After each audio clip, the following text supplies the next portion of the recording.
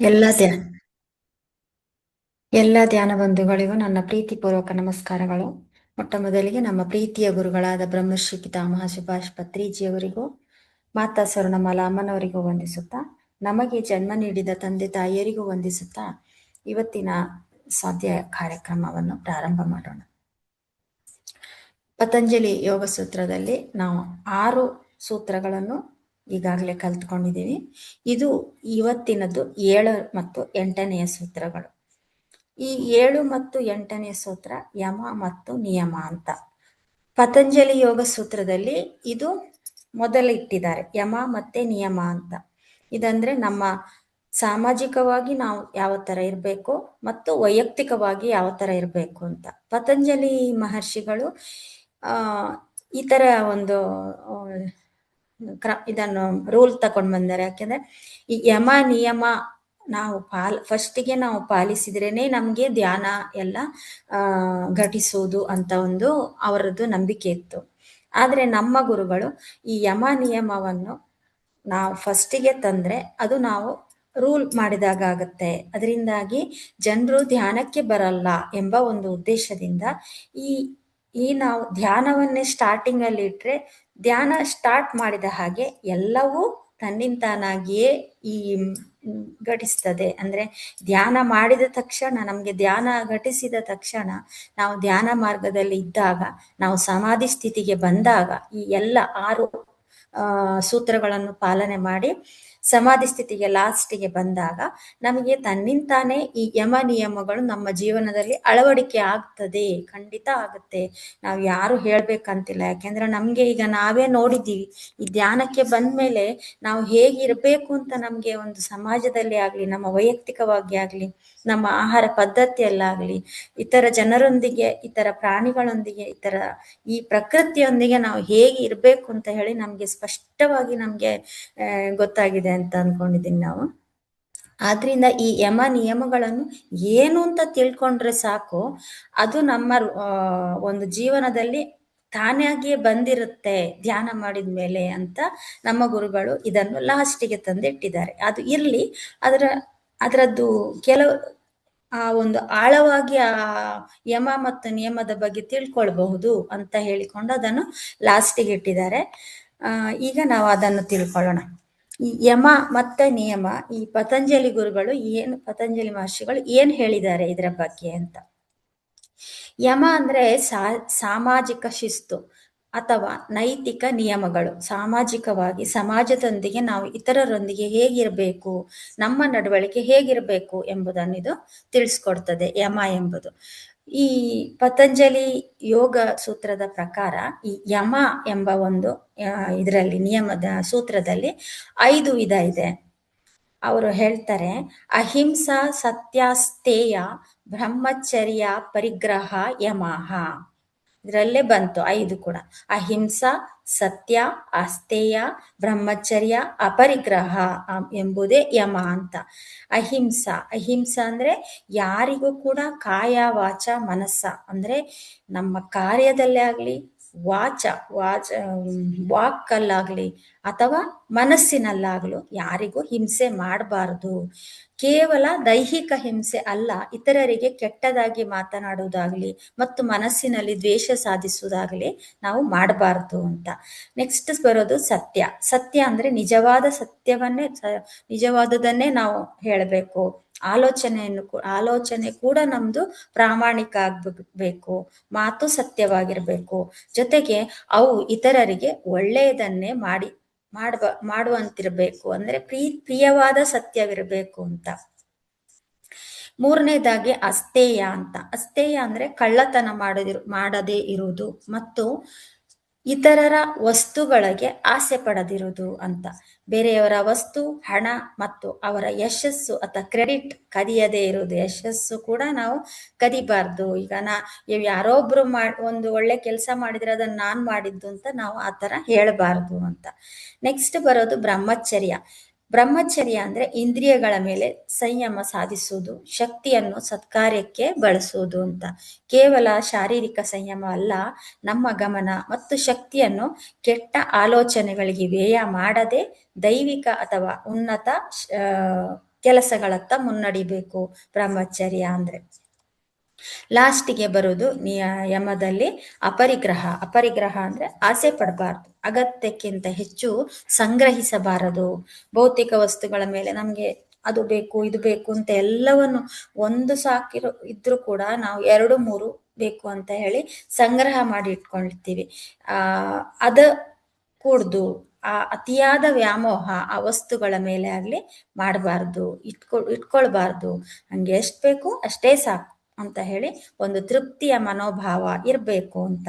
ಇದು ಪತಂಜಲಿ ಮಹರ್ಷಿಗಳು ಯಮದ 5 ಒಂದು ಭಾಗಗಳು, 5 ಆ ಯಮದಲ್ಲಿ ಇರುವ 5 ನಿಯಮಗಳು, 5 ನೈತಿಕ ನಿಯಮಗಳು ಏನು ಅಂತ ಹೇಳಿದ್ದಾರೆ. ಇದನ್ನು ನಾನು ಒಂದು ಸೂಕ್ಷ್ಮವಾಗಿ ಹೇಳಿದ್ದೀನಿ ಅಷ್ಟೇ. ನಮ್ಮ ಗುರುಗಳು ಏನು ಹೇಳಿದ್ದಾರೆ ಅಂತ ನಾವು ಆಮೇಲೆ ನೋಡೋಣ.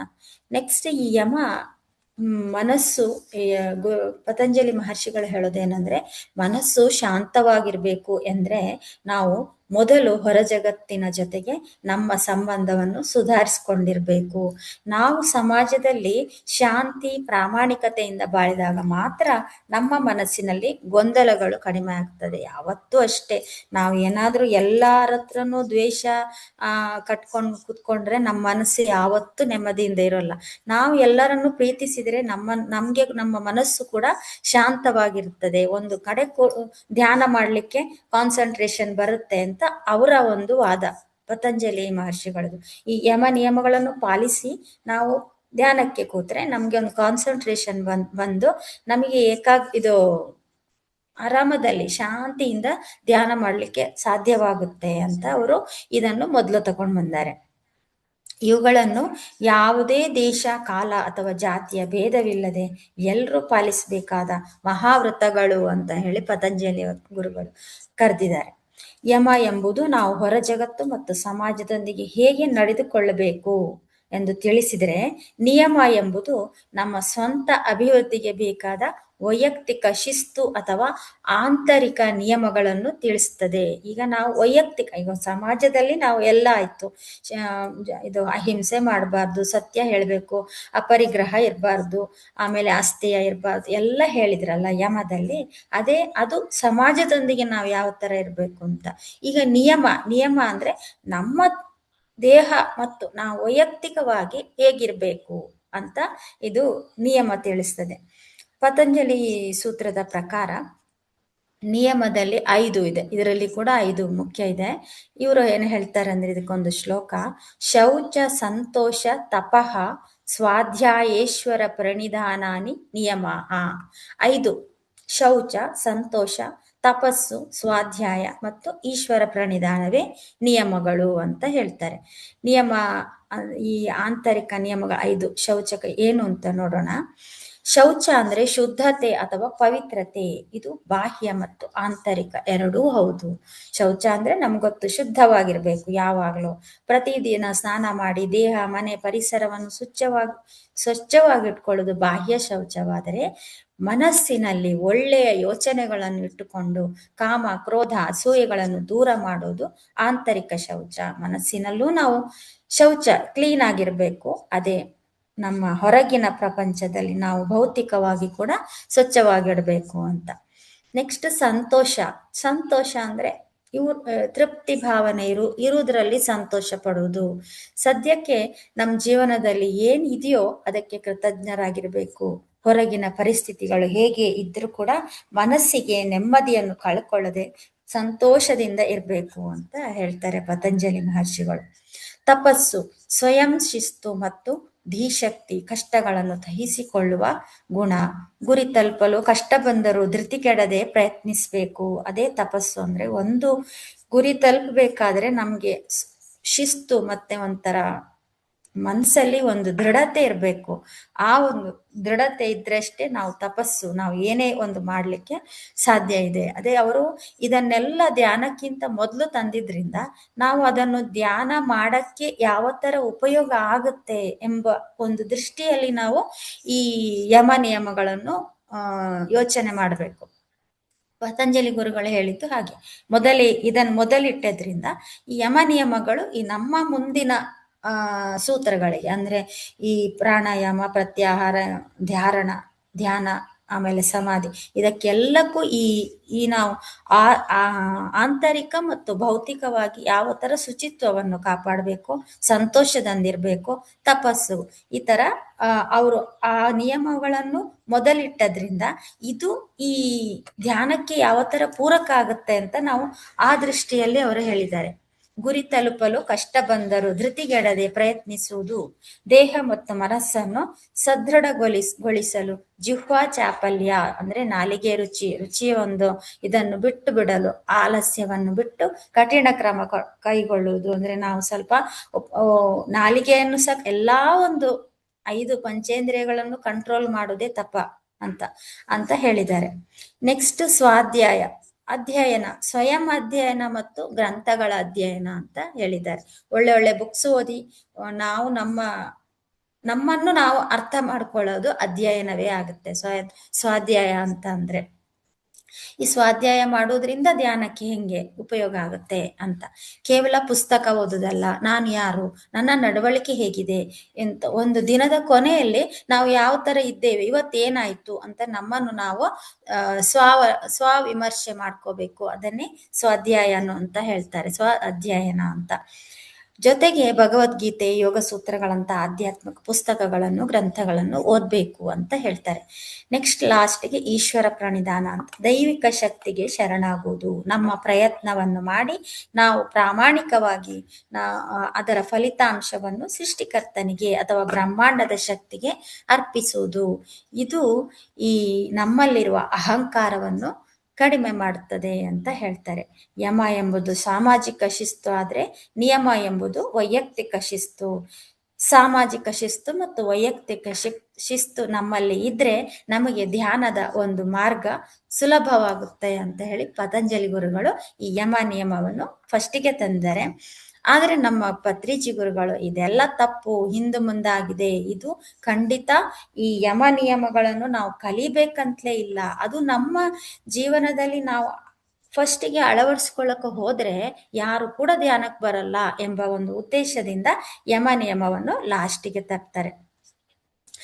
ಈಗ ಗುರುಗಳು ಹೇಳ್ತಾರೆ, ಸಮಾಧಿಯ ನಂತರ ಆ ವ್ಯಕ್ತಿ ಹೇಗಿರ್ತಾನೆ ಅಂತ. ಅಂದ್ರೆ ಆ ಒಂದು ಸಮಾಧಿ ಸ್ಥಿತಿಗೆ ಈ 6 ಸೂತ್ರಗಳನ್ನು ಫಾಲೋ ಮಾಡಿದ ಮೇಲೆ, ಅಂದ್ರೆ ಲಾಸ್ಟಿಗೆ ಸಮಾಧಿ, ಆಸನ, ಪ್ರಾಣಾಯಾಮ, ಪ್ರತ್ಯಾಹಾರ, ಧಾರಣ, ಧ್ಯಾನ, ಸಮಾಧಿ, ಈ 6 ಸೂತ್ರಗಳನ್ನು ಪಾಲನೆ ಮಾಡಿದ್ಮೇಲೆ ಅಂದ್ರೆ ಸಮಾಧಿ ಲಾಸ್ಟ್ ಬರುತ್ತಲ್ಲ, ಸಮಾಧಿಯ ನಂತರ ಹೇಗಿರ್ತಾನೆ ಅವನು ಅಂತ, ಯಮ ನಿಯಮಗಳೇ ಅವನ ಗುಣ ಅಂತ ಹೇಳ್ತಾರೆ ಗುರುಗಳು. ಏನು ಬೇಕಾಗಿಲ್ಲ, ಅವನು ಅಂತ ಒಂದು ಈ ಸುಲಭವಾಗಿ ಧ್ಯಾನಕ್ಕೆ ಬಂದು ಇದೆಲ್ಲ ಈ ಧ್ಯಾನದ ಒಂದು ಘಟ್ಟ ಕೊನೆ ಘಟ್ಟ ಸಮಾಧಿ ಸ್ಥಿತಿಗೆ ಬಂದಾಗ ಅವನ ಗುಣ ಯಮ ನಿಯಮಗಳು ಅಂತ. ಅವನದ್ದು ನಾವು ಏನೂ ವಿಮರ್ಶೆ ಮಾಡ್ಬೇಕಂತಿಲ್ಲ. ಅವನಿಗೆ ಕಂಪ್ಲೀಟ್ ಅವನು ಸಾಮಾಜಿಕವಾಗಿಯೂ ಒಳ್ಳೆಯವನಾಗಿರ್ತಾನೆ, ಭೌತಿಕವಾಗಿಯೂ ಒಳ್ಳೆಯವನಾಗಿರ್ತಾನೆ. ಅವನ ಗುಣಗಳೇ ಯಮ ನಿಯಮಗಳು. ಹಾಗೂ ಸ್ವಭಾವ ಮತ್ತೆ ಗುಣ ಎರಡೂ ಕೂಡ ಈ ಯಮ ನಿಯಮಗಳಾಗಿರ್ತದೆ ಅಂತ ಹೇಳ್ತಾರೆ ಗುರುಗಳು. ಅವನ ಜೀವನದ ತತ್ವವಾಗಿ ಬಿಡ್ತದೆ ಅದು. ಈಗ ನಾ ಇಷ್ಟು ಯಮ ನಿಯಮಗಳ 5, 10 ಹೇಳಿದಿವಲ್ಲ, ಅದೆಲ್ಲವೂ ಅವನದ್ದು ಆಟೋಮ್ಯಾಟಿಕ್ ಆಗಿ ಅವನಿಗೆ ಬಂದ್ಬಿಡುತ್ತದೆ ಅಂತ ಹೇಳ್ತಾರೆ. ಬ್ರಹ್ಮಚರ್ಯದ ಬಗ್ಗೆ ನನ್ನನ್ನು ಕೇಳುತ್ತಾರೆ, ಸ್ವಾಮಿ ನಿಮ್ಮ ಅಡ್ರೆಸ್ ಎಲ್ಲಿದೆ ಎಂದು. ನಾನು ಹೇಳ್ಬಿಡ್ತೀನಿ, ವೈಕುಂಠ ಅಂತ ಹೇಳ್ತಾರೆ. ಇದರ ಮೀನಿಂಗ್ ನೋಡಿ ಮಾಸ್ಟರ್ಸ್, ಎಷ್ಟು ಚೆನ್ನಾಗಿದೆ ಅಂದ್ರೆ, ಒಂದು ಅದರಲ್ಲಿ ಯಮ ನಿಯಮದಲ್ಲಿ ಬ್ರಹ್ಮಚರ್ಯ ಅಂತ ಒಂದು ಬರುತ್ತೆ. ಅವರು ಅದರ ಪ್ರಕಾರ ತಗೊಂಡಿಲ್ಲ, ಅವರ ಒಂದು ಒನ್ ಬೈ ಒನ್ ತಗೊಂಡಿದ್ದಾರೆ. ಇಲ್ಲಿ ಬ್ರಹ್ಮಚರ್ಯದ ಬಗ್ಗೆ ಹೇಳ್ತಾರೆ. ಅವರು ಜನ ಕೇಳ್ತಾರಂತೆ, ಅವರು ಒಂದು ಎಕ್ಸಾಂಪಲ್ ಕೊಡ್ತಾ ಇದ್ರು, ಸ್ವಾಮಿ ನಿಮ್ಮ ಅಡ್ರೆಸ್ ಎಲ್ಲಿದೆ ಅಂತ ಕೇಳ್ತಾರೆ. ನಾನು ವೈಕುಂಠ ಅಂತ ಹೇಳ್ಬಿಡ್ತೀನಿ ಅಂತ ಹೇಳ್ತಾರೆ ಗುರುಗಳು. ಈ ವೈಕುಂಠ ಎಂಬ ಒಂದು ವರ್ಡ್ ಅಂದ್ರೆ, ನನ್ನ ವಿಳಾಸ ವೈಕುಂಠ ಅಂದ್ರೆ ಅದು ಮುಕ್ತ ಸ್ಥಿತಿ ಅಂತ. ಸಮಾಧಿಯ ನಂತರ ಒಂದು ಇವರಿಗೆ ಒಂದು ಜನರೇಟ್ ಅಂದ್ರೆ ಮನಸ್ಸಲ್ಲಿ ಬರುವ ಒಂದು ಸ್ಥಿತಿ, ಅದು ಮುಕ್ತ ಸ್ಥಿತಿ. ಅಂದ್ರೆ ಅವರು ತಮ್ಮನ್ನು ಒಂದು ನಿರ್ದಿಷ್ಟ ಊರು ಅಥವಾ ಮನೆಗೆ ಸೀಮಿತಗೊಳಿಸಿಲ್ಲ.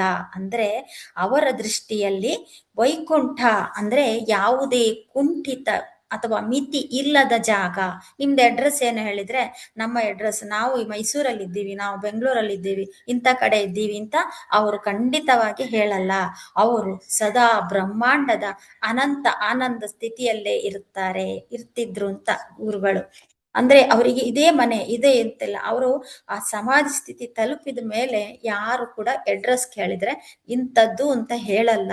ಇದು ನನ್ನ ಅಡ್ರೆಸ್ ವೈಕುಂಠ, ಅಂದ್ರೆ ಇಡೀ ಜಗತ್ತೇ ನಂದು ಅಂತ.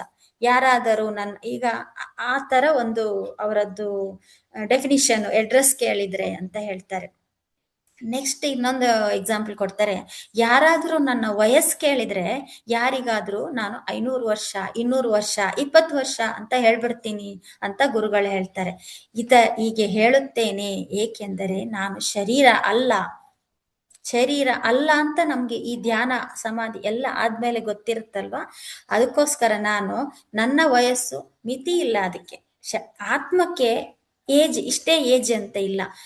ಅದನ್ನು ಅವರು ಹೇಳ್ತಾ ಇರೋದು. ನಾನು 200 ವರ್ಷ ಹೇಳ್ತೀನಿ, 500 ವರ್ಷ ಹೇಳ್ತೀನಿ. ಅದಕ್ಕೆ ಯಾಕೆಂದ್ರೆ ನಾನು ಶರೀರ ಅಲ್ಲ, ಇದೇ ಬ್ರಹ್ಮಚರ್ಯ ಅಂತ ಹೇಳ್ತಾರೆ ಗುರುಗಳು. ನಾನು ಶರೀರವಲ್ಲ, ಇದು ಬ್ರಹ್ಮಚರ್ಯ ಸ್ಥಿತಿ ಅಂತ. ಯಾಕೆಂದ್ರೆ ಇದು ಕ್ರಾಂತಿಕಾರಿ ಒಂದು ದೃಷ್ಟಿಕೋನ. ಗುರುಗಳು ಯಾವ ತರ ಅದನ್ನು ಎಕ್ಸ್ಪ್ಲೈನ್ ಮಾಡಿದ್ದಾರೆ ಅಂದ್ರೆ, ಸಾಮಾನ್ಯವಾಗಿ ಜನರು ಬ್ರಹ್ಮಚರ್ಯ ಎಂದರೆ ಶಾರೀರಿಕ ಸಂಯಮ ಎಂದು ತಿಳಿದುಕೊಳ್ತಾರೆ. ಮನಸ್ಸನ್ನು ಕಂಟ್ರೋಲ್ ಮಾಡುದು, ದೇಹವನ್ನು ಕಂಟ್ರೋಲ್ ಮಾಡುದು ಅಂತ ಬ್ರಹ್ಮಚರ್ಯಕ್ಕೆ ಡೆಫಿನಿಷನ್ ಕೊಡ್ತಾರೆ ಸಾಮಾನ್ಯ ಜನರು. ಆದ್ರೆ ನಮ್ಮ ಗುರುಗಳು ಏನ್ ಹೇಳ್ತಾರೆ ಅಂದ್ರೆ, ನಾನು ಶರೀರವಲ್ಲ ಎಂಬ ಅರಿವಿನಲ್ಲಿ ಬದುಕುವುದೇ ನಿಜವಾದ ಬ್ರಹ್ಮಚರ್ಯ ಅಂತ. ವಯಸ್ಸು, ಹುಟ್ಟು, ಸಾವು, ಕಾಯಿಲೆ ಇವೆಲ್ಲವೂ ಈ ಭೌತಿಕ ಶರೀರಕ್ಕೆ ಮಾತ್ರ ಸಂಬಂಧಿಸಿದ್ದು. ಎಲ್ಲವೂ ಮಾಮೂಲಿ ನಾವು ಪ್ರಾಪಂಚಿಕ ಜೀವನದಲ್ಲಿ ಏನೇನು ನಾವು ಅನುಭವಿಸ್ತೀವಿ, ಒಂದು ವಯಸ್ಸಾಯ್ತು, ಹುಟ್ಟಿದ್ದು, ಸಾಯುದು, ಕಾಯಿಲೆ, ಅದೆಲ್ಲ ಭೌತಿಕ ಶರೀರಕ್ಕೆ ಮಾತ್ರ ಸಂಬಂಧಿಸಿದ್ದು. ನಾನು ಶರೀರವಲ್ಲ, ಅನಂತವಾದ ಆತ್ಮ ಎಂದು ತಿಳಿದಾಗ ವಯಸ್ಸು ಕೇವಲ ಒಂದು ಸಂಖ್ಯೆಯಷ್ಟೇ ಆಗಿಬಿಡುತ್ತದೆ. ಶರೀರ ಅಲ್ಲ ಅಂತಂದಾಗ, ನಾನು ಆತ್ಮ ಅಂದಾಗ, ಆತ್ಮಕ್ಕೆ ನಮ್ಗೆ ಗೊತ್ತಿದ್ದ ಹಂಗೆ ಎಷ್ಟೋ ಜನ್ಮಗಳನ್ನು ಈ ಜೀವನ್ಮರಣ ಚಕ್ರದಲ್ಲಿ ಅದು ಕಳೆದಿರ್ತದೆ. ಅದರಿಂದ ಅದಕ್ಕೆ ಇಷ್ಟು ವಯಸ್ಸು, ನಿನ್ನ ಆತ್ಮಕ್ಕೆ ಎಷ್ಟು ವಯಸ್ಸು ಅಂತ ನಾನು ಆತ್ಮ ಅಂತ ಗೊತ್ತಿದ್ಮೇಲೆ ನನ್ನ ವಯಸ್ಸು ನಾನು ಹೇಳಕ್ಕಾಗತ್ತಾ? ಇಲ್ಲ, ಖಂಡಿತ ಇಲ್ಲ. ಯಾಕೆಂದ್ರೆ ನಾನು ಎಷ್ಟೋ ಜನ್ಮಗಳನ್ನು ಕಳ್ಕೊಂಡು ಬಂದಿರ್ತೀನಿ, ಇನ್ನು ಎಷ್ಟೋ ಜನ್ಮ ಕಳೀಲಿಕ್ಕೂ ಇದೆ. ಆದ್ರಿಂದ ಕಳೆಯಲಿಕ್ಕೆ ಇರುವಂತ ಜನ್ಮವನ್ನು ಕಡಿಮೆ ಮಾಡುವುದೇ ಮೋಕ್ಷಕ್ಕೆ ದಾರಿ. ಆದ್ರಿಂದ ಈ ನನ್ನ ವಯಸ್ಸೆಷ್ಟು ಅಂತ ಕೇಳಿದ್ರೆ ನಾನು ವಯಸ್ಸಿನ ಮಿತಿಯೇ ಇಲ್ಲ, ನಂಗೆ 200 ವರ್ಷ, 500 ವರ್ಷ ಅಂತ ಸಹ ಹೇಳ್ಬಹುದು. ಯಾಕಂದ್ರೆ ಆತ್ಮಕ್ಕೆ ಸಾವಿಲ್ಲ ಅಂತ. ಬ್ರಹ್ಮಚರ್ಯ ಅಂದ್ರೆ ಸಂಭೋಗದಿಂದ ದೂರವಿರುವುದಲ್ಲ, ಇದು ಶರೀರಕ್ಕೆ ಸಂಬಂಧಿಸಿದ್ದಲ್ಲ, ಬದಲಿಗೆ ಆತ್ಮಕ್ಕೆ ಸಂಬಂಧಿಸಿದ್ದು. ಯಾವ ವ್ಯಕ್ತಿ ಸಮಾಧಿ ಅವಸ್ಥೆಯನ್ನು ಪಡೆದುಕೊಳ್ಳುತ್ತಾನೋ ಅವನು ಯಾವಾಗಲೂ ಬ್ರಹ್ಮಚಾರಿಯಾಗಿರ್ತಾನೆ. ಅಸ್ಖಲಿತ ಬ್ರಹ್ಮಚಾರಿ ಎಂದ್ರೆ ಯಾವುದರಲ್ಲಿ ಯಾವುದೇ ಸ್ಖಲನವಿಲ್ಲವೋ ಎಂದು ಅರ್ಥ. ಇದರ ಅರ್ಥ, ಅವನು ಎಂದಿಗೂ ತನ್ನನ್ನು ಶರೀರ ಎಂದು ಭಾವಿಸುವುದಿಲ್ಲ. ಅವನು ಯಾವಾಗಲೂ ತನ್ನನ್ನು ಆತ್ಮರೂಪದಲ್ಲೇ ಅನುಭವಿಸುತ್ತಾನೆ. ಇದೇ ಅಸ್ಖಲಿತ ಬ್ರಹ್ಮಚಾರಿ. ಅಸ್ಖಲಿತ ಎಂಬ ಪದಕ್ಕೆ ಸ್ಖಲನದೊಂದಿಗೆ ಯಾವುದೇ ಸಂಬಂಧ ಇಲ್ಲ ಅಂತ ಹೇಳ್ತಾರೆ ಗುರುಗಳು. ಆದರೆ ಜನರು ಇದನ್ನು ಶರೀರದ ಮಟ್ಟದಲ್ಲೇ ಅರ್ಥ ಮಾಡಿಕೊಳ್ಳುತ್ತಾರೆ ಮತ್ತು ಹಾಗೇ ತಿಳಿಯುತ್ತಾರೆ. ಯಾರು ಸಮಾಧಿ ಅವಸ್ಥೆಯನ್ನು ತಲುಪುತ್ತಾರೋ ಅವರೇ ಅಸ್ಖಲಿತ ಬ್ರಹ್ಮಚಾರಿಯಾಗಿರುತ್ತಾರೆ ಅಂತ ಹೇಳ್ತಾರೆ. ಅಂದ್ರೆ ಯಮದಲ್ಲಿ ಎಲ್ಲಕ್ಕಿಂತ ಮೊದಲನೆಯದು ಬ್ರಹ್ಮಚರ್ಯ. ಇವರು ನಮ್ಮ ಯಮ ಎಂಬ ಒಂದು ಸೂತ್ರದಲ್ಲಿ ಫಸ್ಟ್ ನಿಯಮವೇ ಬ್ರಹ್ಮಚರ್ಯ ಅಂತ ಹೇಳ್ತಾರೆ. ಬ್ರಹ್ಮಚರ್ಯ ಎಂಬುದು ಒಂದು ಶಕ್ತಿಯ ಸದ್ಬಳಕೆ. ಅದು ಮದುವೆಯಾಗದೆ ಇರುವುದು ಅಲ್ಲ, ಶಾರೀರಿಕ ಸಂಯಮ ಅಲ್ಲ, ಬ್ರಹ್ಮದ ಹಾದಿಯಲ್ಲಿ ನಡೆಯುವುದು ಅಂತ ಹೇಳ್ತಾರೆ. ನಮ್ಮಲ್ಲಿರುವ ಜೀವಶಕ್ತಿಯನ್ನು ವ್ಯರ್ಥವಾಗಿ ಹರಟೆ, ನಕಾರಾತ್ಮಕ ಯೋಚನೆಗಳು ಮತ್ತು ಸಣ್ಣ ಪುಟ್ಟ ವಿಷಯಗಳಿಗೆ ಪೋಲು ಮಾಡದೆ ಧ್ಯಾನ, ಜ್ಞಾನ ಪ್ರಸಾರಕ್ಕೆ ಬಳಸುವುದೇ ನಿಜವಾದ ಬ್ರಹ್ಮಚರ್ಯ. ಅಂದ್ರೆ ಬ್ರಹ್ಮಜ್ಞಾನ ಯಾರು ಹೊಂದಿರ್ತಾನೋ ಅವನೇ ಬ್ರಹ್ಮಚಾರಿ ಅಂತ. ಧ್ಯಾನ, ಜ್ಞಾನ ಪ್ರಚಾರಕ್ಕೆ ನಾವು ಈ ಬ್ರಹ್ಮಚರ್ಯವನ್ನು ನಮ್ಮ ಒಂದು ಜೀವನವನ್ನು ಬಳಸುವುದೇ ಇದು ಬ್ರಹ್ಮಚರ್ಯ, ನಿಜವಾದ ಬ್ರಹ್ಮಚರ್ಯ ಅಂತ ಗುರುಗಳು ಹೇಳ್ತಾರೆ. ನೆಕ್ಸ್ಟ್ ಎರಡನೇದವರು ಸತ್ಯ ತಗೊಂಡಿದ್ದಾರೆ. ಸತ್ಯ ಅಂದ್ರೆ ಒಬ್ಬ ಬ್ರಹ್ಮರ್ಷಿ ಏನ್ ಹೇಳಿದ್ರು ಅದು ಸತ್ಯ ಆಗ್ತದೆ.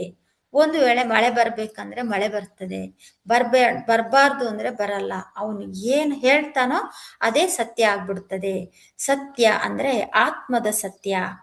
ಕೇವಲ ಬಾಯಿಯಲ್ಲಿ ನಿಜ ಮಾತಾಡುವುದು ಮಾತ್ರ ಸತ್ಯವಲ್ಲ, ನೀವೇ ದೇವರು ಎಂಬುದು ಸತ್ಯ ಅಂತ ಹೇಳ್ತಾರೆ ಗುರುಗಳು. ಇದೆಲ್ಲವೂ ನಮ್ಗೆ ಈ ಈ ಧ್ಯಾನ ಮಾರ್ಗದಲ್ಲಿ ಇರುವುದ್ರಿಂದ ನಮ್ಗೆ ಇದೆಲ್ಲ ಪ್ರತಿಯೊಂದು ಗೊತ್ತಿದೆ. ಆದ್ರಿಂದಲೇ ಅವರು ಯಮ ನಿಯಮವನ್ನು ಲಾಸ್ಟಿಗೆ ತಂದಿರೋದು. ನೀನು ಯಾರು ಎಂಬ ಸತ್ಯ ನಿಮಗೆ ತಿಳಿದಾಗ ನಿಮ್ಮ ಮಾತು ನಡೆ ಎರಡು ಸತ್ಯದ ದಾರಿಯಲ್ಲೇ ನಡೆಯುತ್ತದೆ. ಕರೆಕ್ಟ್ ತಾನೆ? ನಾನ್ ಯಾರು ಅಂತ ನಾವು ತಿಳ್ಕೊಂಡ್ಮೇಲೆ, ನಮ್ಮ ಧ್ಯಾನದ ಒಂದು ಘಟಿಸಿದಾಗ ನಾವು ಯಾರು, ನಾವು ಎಲ್ಲಿಂದ ಬಂದಿದ್ದೀವಿ ಅಂತ ಎಲ್ಲವನ್ನು ನಾವು ತಿಳ್ಕೊಂಡ್ಮೇಲೆ ನಮ್ಮ ಮಾತು ಮತ್ತೆ ನಡೆ ಎರಡು ಕೂಡ ಸತ್ಯವೇ ಆಗಿರ್ತದೆ. ನಾವು ಸತ್ಯ ದಾರಿಯಲ್ಲೇ ನಡೀತೀವಿ. ನಂತರ ಅಸ್ಥೇಯ ಅಂದ್ರೆ ಇತರರ ಸ್ವತಂತ್ರವನ್ನು ಕದಿಯುವುದು. ಇದು ಸಾಂಪ್ರದಾಯಿಕವಾಗಿ ಕಳ್ಳತನ ಮಾಡದಿರುವುದು ಅಂತ ಹೇಳ್ತಾರೆ. ಆದ್ರೆ ಇವರು ಗುರುಗಳು ಇದನ್ನು ಮತ್ತೊಂದು ಎತ್ತರಕ್ಕೆ ತಗೊಂಡು ಹೋಗಿದ್ದಾರೆ. ಅಸ್ಥೇಯ ಅಂದ್ರೆ ಸ್ವತಂತ್ರವನ್ನು ಗೌರವಿಸುವುದು. ಬೇರೆಯವರ ವಸ್ತುಗಳನ್ನು ಮಾತ್ರ ಅಲ್ಲ, ಇತರ ಜೀವಿಗಳ ಬದುಕುವ ಹಕ್ಕನ್ನು ಮತ್ತು ಅವರ ಸ್ವತಂತ್ರ ಯೋಚನೆಗಳನ್ನು ಕದಿಯದಿರುವುದೇ ಅಸ್ಥೇಯ. ಅಲ್ಲಿಗೆ ತಗೊಂಡೋಗಿದ್ದಾರೆ.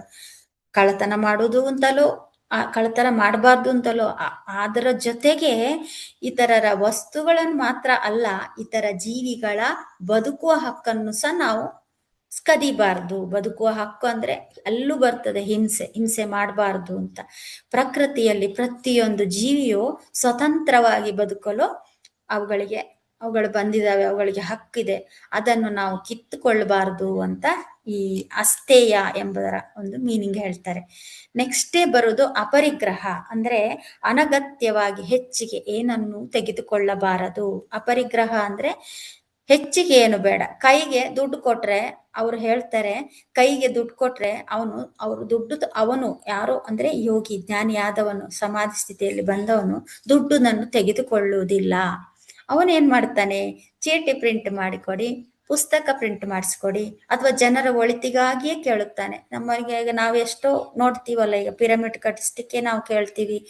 ಆಮೇಲೆ ಈ ನಮ್ಮದೇ ಈ ಅನ್ನದಾನದೊಂದು ಕಟ್ಟಡ ಬರ್ಬೇಕು ಅಂತ ಹೇಳಿ ಅದಕ್ಕಾಗಿ ಕೇಳ್ತೀವಿ. ಅಂದ್ರೆ ನಮ್ಮ ಸ್ವಂತಕ್ಕೆ ನಾವು ತಗೊಳ್ಳದೆ, ದುಡ್ಡನ್ನು ಕೈಯಲ್ಲಿ ಮುಟ್ಟದೆ ಅದಕ್ಕೆ ಕೊಡಿ ಇದಕ್ಕೆ ಕೊಡಿ ಅಂತ ಹೇಳಿ ಆಸೆ ಪಡದೆ ನಾವು ಹೇಳ್ತೀವಿ. ಕೇವಲ ಜನರ ಒಳಿತಿಗಾಗಿಯೇ ಕೇಳುತ್ತಾನೆ ಹೊರತು ತನಗಾಗಿ ಅಲ್ಲ.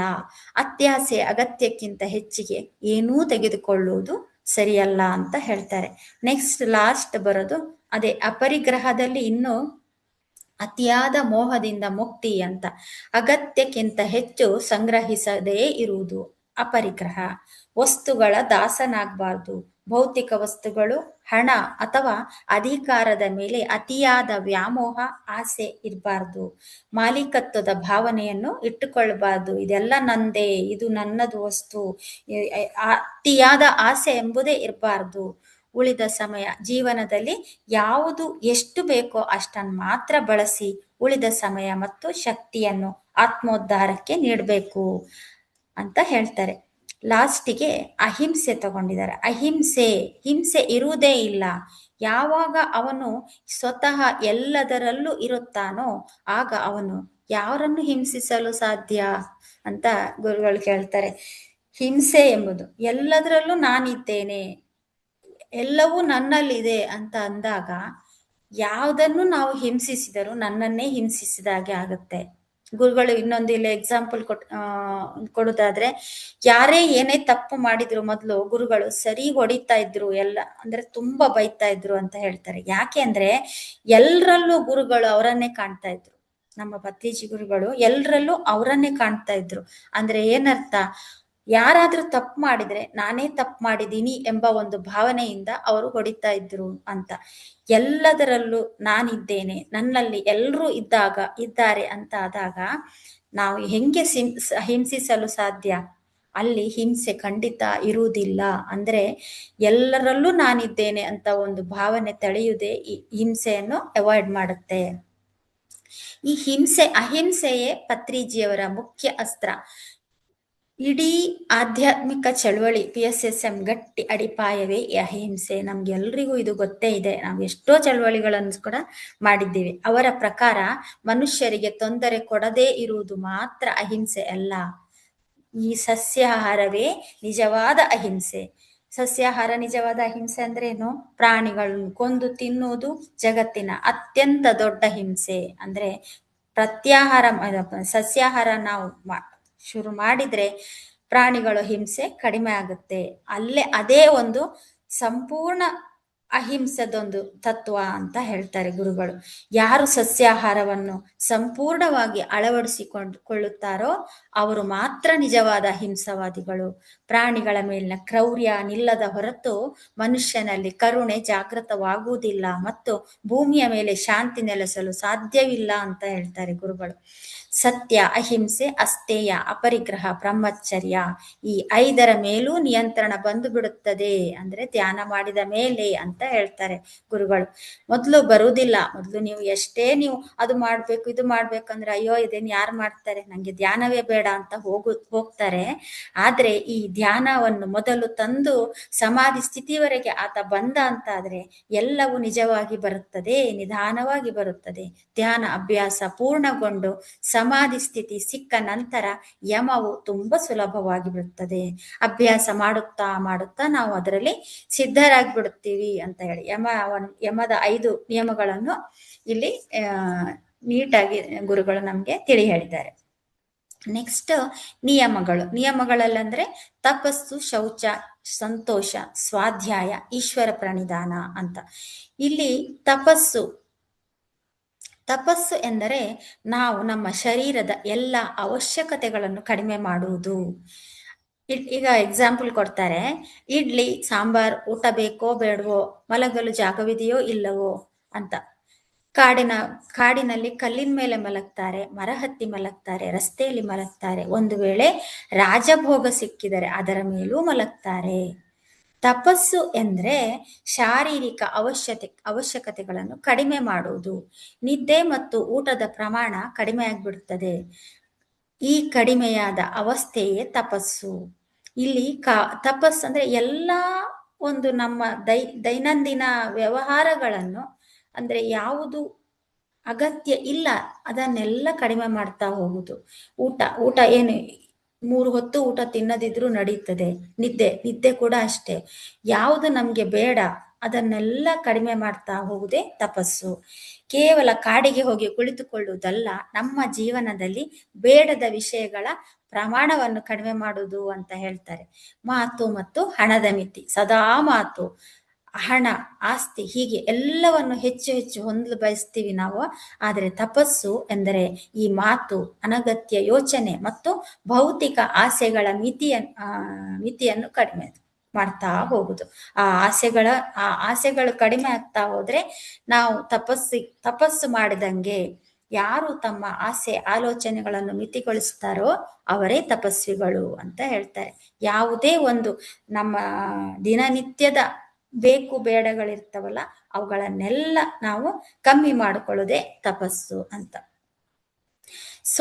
ಸ್ವಾಧ್ಯಾಯ ನೆಕ್ಸ್ಟ್ ಬರುತ್ತೆ. ಸ್ವಯಂ ಅಧ್ಯಯನ, ಪುಸ್ತಕದ ಜ್ಞಾನದ ಬೆಳಕಿನಲ್ಲಿ ನಮ್ಮನ್ನು ನಾವು ಪ್ರತಿದಿನ ಪರೀಕ್ಷಿಸುವುದು, ನಮ್ಮ ತಪ್ಪುಗಳನ್ನು ತಿದ್ದಿಕೊಳ್ಳುವುದು.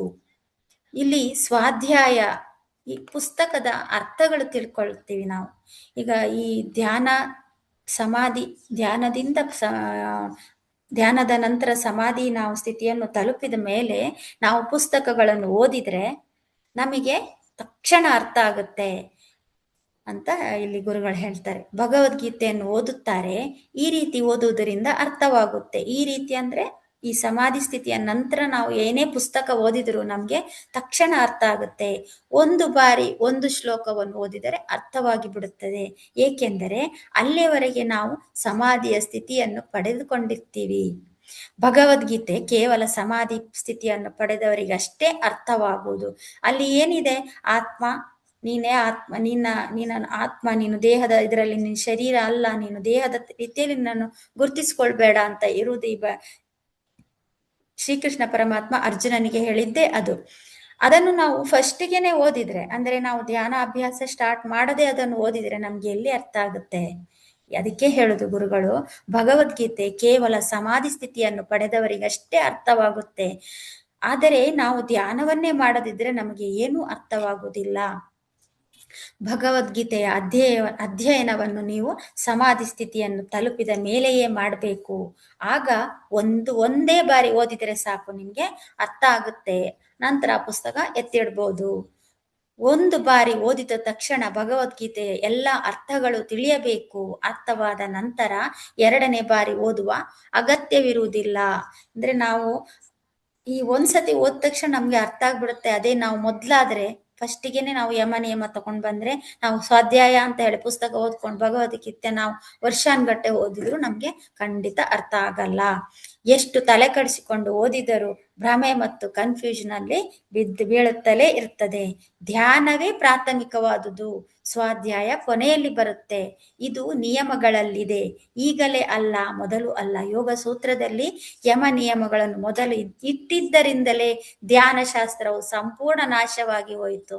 ಅವರು ಆ ಒಂದು ಖಂಡಿಸ್ತಾ ಇರೋದು ನೋಡಿ. ಇದು ನಾವು ಈ ಎಷ್ಟು ತಲೆ ಕಡಿಸ್ಕೊಂಡು ಓದಿದ್ರು ನಮ್ಗೆ ಇದು ಅರ್ಥ ಆಗಲ್ಲ. ಧ್ಯಾನವೇ ಪ್ರಾಥಮಿಕ, ಧ್ಯಾನವೇ ಮೊದಲು ನಾವು ಮಾಡಬೇಕು. ಈ ಯಮ ನಿಯಮಗಳನ್ನು ನಾವು ಯೋಗ ಸೂತ್ರದಲ್ಲಿ ಯಮ ನಿಯಮಗಳನ್ನು ಮೊದಲು ಇಟ್ಟಿದ್ರಿಂದಲೇ ಧ್ಯಾನ ಶಾಸ್ತ್ರ ನಾಶವಾಗಿ ಹೋಯಿತು. ಸ್ವಾಧ್ಯಾಯ ಮಾಡಬೇಕು, ಓದಿದರೆ ತಿಳಿಯುವುದಿಲ್ಲ. ಒಂದು ವೇಳೆ ಸ್ವಾಧ್ಯಾಯವಿಲ್ಲದಿದ್ದರೆ ನಾನು ಆತ್ಮ ಅಂತ ತಿಳಿಯುವುದು ಹೇಗೆ ಎಂದು ಹೇಳುತ್ತಾ ಇಡೀ ಧ್ಯಾನ ಶಾಸ್ತ್ರ ಮತ್ತು ಧ್ಯಾನದ ಅಭ್ಯಾಸವನ್ನೇ ಬಿಟ್ಟು ಬಿಡುತ್ತಾರೆ. ಅದೇ ಹೇಳ್ತಾರೆ ಗುರುಗಳು. ಇದರಿಂದಾಗಿ ಏನ್ ಮಾಡ್ತಾರೆ, ಫಸ್ಟ್ ಯಮ ನಿಯಮದಲ್ಲಿ ಸ್ವಾಧ್ಯಾಯ ಬರುತ್ತಲ್ಲ, ಸ್ವಾಧ್ಯಾಯ ಬರುವಾಗ ಸ್ವಾಧ್ಯಾಯದಲ್ಲಿ ಏನೂ ಅರ್ಥ ಆಗಲ್ಲ, ಯಾವ ಪುಸ್ತಕದ ಯಾವ ಪೇಜ್ ಓದಿದ್ರು ಅರ್ಥ ಆಗಲ್ಲ ಅಂತಂದಾಗ ಅವ್ರು ಏನ್ ಮಾಡ್ತಾರೆ, ಇದು ನನ್ಗೆ ಬೇಡವೇ ಬೇಡ, ನನ್ಗೆ ಆತ್ಮ ಅಂದು ಎಂತದ್ದು ನನ್ಗೆ ಗೊತ್ತಿಲ್ಲ, ಏನೂ ಗೊತ್ತಿಲ್ಲ ಹೇಳಿ ಧ್ಯಾನ ಶಾಸ್ತ್ರ ಅಭ್ಯಾಸವನ್ನೇ ಬಿಟ್ಬಿಡ್ತಾರೆ. ಅದಕ್ಕೆ ಈ ಯಮ ನಿಯಮಗಳು ಮೊದಲು ಇರೋದ್ರಿಂದಲೇ ಇದು ಈಗ ಯಾರು ಧ್ಯಾನ ಮಾಡ್ತಾ ಇರ್ಲಿಲ್ಲ ಮೊದಲು ಅಂತ ಗುರುಗಳು ಹೇಳ್ತಾರೆ. ನೀವು ಏನು ಓದಿದರೂ ಅದರ ಅರ್ಥ ತಿಳಿಯುತ್ತದೆ. ಈ ಸಮಾಧಿ ಸ್ಥಿತಿಗೆ ಬಂದ್ಮೇಲೆ ನೀವು ಏನನ್ನು ಓದಿದ್ರು ಅರ್ಥ ತಿಳಿಯುತ್ತದೆ. ಆಗ್ಲೇ ನಮಗೆ ಜೇನ್ ರಾಬರ್ಟ್ಸ್ ಅವರ ಮಹತ್ವ ಗೊತ್ತಾಗುದು, ರಿಚರ್ಡ್ ಬಾಕ್, ಲಿಂಡಾ ಗುಡ್ಮನ್, ಓಶೋ ಅವರ ಮಹತ್ವ ನಮ್ಗೆ ತಿಳಿಯುವುದೇ ಆಗ. ಮುಂಚೆ ಆದ್ರೆ ತಿಳಿತಾ ಇರ್ಲಿಲ್ಲ ಅಂತ ಹೇಳ್ತಾರೆ. ಈ ಸ್ವಾಧ್ಯಾಯದ ಒಂದು ಮಹತ್ವ ಧ್ಯಾನದ ನಂತರನೇ ಸರಿ ಅಂತ ಹೇಳ್ತಾರೆ. ನೆಕ್ಸ್ಟ್ ಶೌಚ ಅಂತ, ಆಂತರಿಕ ಮತ್ತು ವೈಚಾರಿಕ ಶುದ್ಧತೆ. ಸಾಂಪ್ರದಾಯಿಕವಾಗಿ ಶೌಚ ಅಂದರೆ ದೇಹ ಮತ್ತು ಪರಿಸರದ ಸ್ವಚ್ಛತೆ, ಆದರೆ ಪತ್ರಿಜಿಯವರು ಆಂತರಿಕ ಶುದ್ಧತೆಗೆ ಜಾಸ್ತಿ ಗಮನ ಕೊಟ್ಟಿದ್ದಾರೆ, ಜಾಸ್ತಿ ಒತ್ತು ಕೊಟ್ಟಿದ್ದಾರೆ. ಆಲೋಚನೆಗಳು ಶುದ್ಧವಾಗಿರ್ಬೇಕು. ನಮ್ಮಲ್ಲಿ ನಕಾರಾತ್ಮಕ ಆಲೋಚನೆ, ಅಸೂಯೆ, ದ್ವೇಷ ಅಥವಾ ಮೂಢನಂಬಿಕೆಗಳು ಇರಬಾರ್ದು ಅಂತ ಹೇಳ್ತಾರೆ. ಈ ಧ್ಯಾನ ಮಾಡಿದಾಗ ನಮ್ಮ ದೇಹದಲ್ಲಿರುವ ನಾಡಿ ಮಂಡಲ ಮತ್ತು ಆಲೋಚನೆಗಳು ಶುದ್ಧಿಗೊಳ್ಳುತ್ತವೆ. ಇದೇ ಶೌಚ ಸ್ಥಿತಿ ಅಂತ ಹೇಳ್ತಾರೆ ಗುರುಗಳು. ನೆಕ್ಸ್ಟ್ ಖುಷಿ ಅಂದ್ರೆ ಸಂತೋಷ.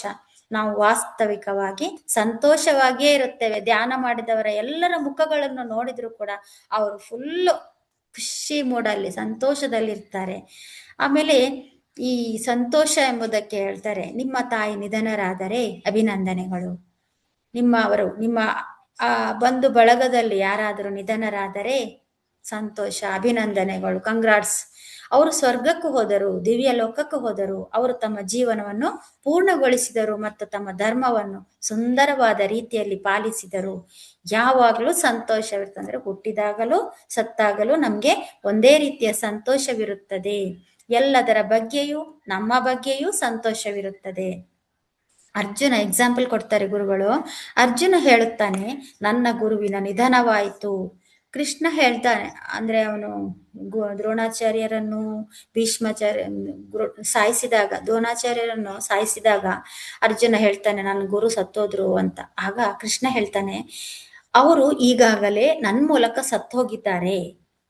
ಈಗ ನೀನು ಅವರನ್ನು ಸಂತೋಷದಿಂದ ಕೊಲ್ಲು. ಅಂದ್ರೆ ನಾನು ಕೊಲ್ಲಕ್ಕಾಗಲ್ಲ, ನನ್ನ ಗುರುಗಳು ಅವರು, ನನ್ನ ಈ ಭೀಷ್ಮ ನನ್ನ ಅಜ್ಜ, ದ್ರೋಣಾಚಾರ್ಯರು ನನ್ನ ಗುರುಗಳು, ದುರ್ಯೋಧನ ನನ್ನ ಅಣ್ಣ ಅಂತೆಲ್ಲ ಹೇಳುವಾಗ ಈ ಕೃಷ್ಣ ಹೇಳ್ತಾನೆ, ಅವರೆಲ್ಲರೂ ಸತ್ತೋಗಿದ್ದಾರೆ, ನನ್ನ ಮೂಲಕ ಸತ್ತೋಗಿದ್ದಾರೆ, ನೀನು ಅವರನ್ನು ಸಂತೋಷದಿಂದ ಕೊಲ್ಲು, ಜೀವನ ಮುಗಿಸು ಅಂತ ಹೇಳ್ತಾನೆ.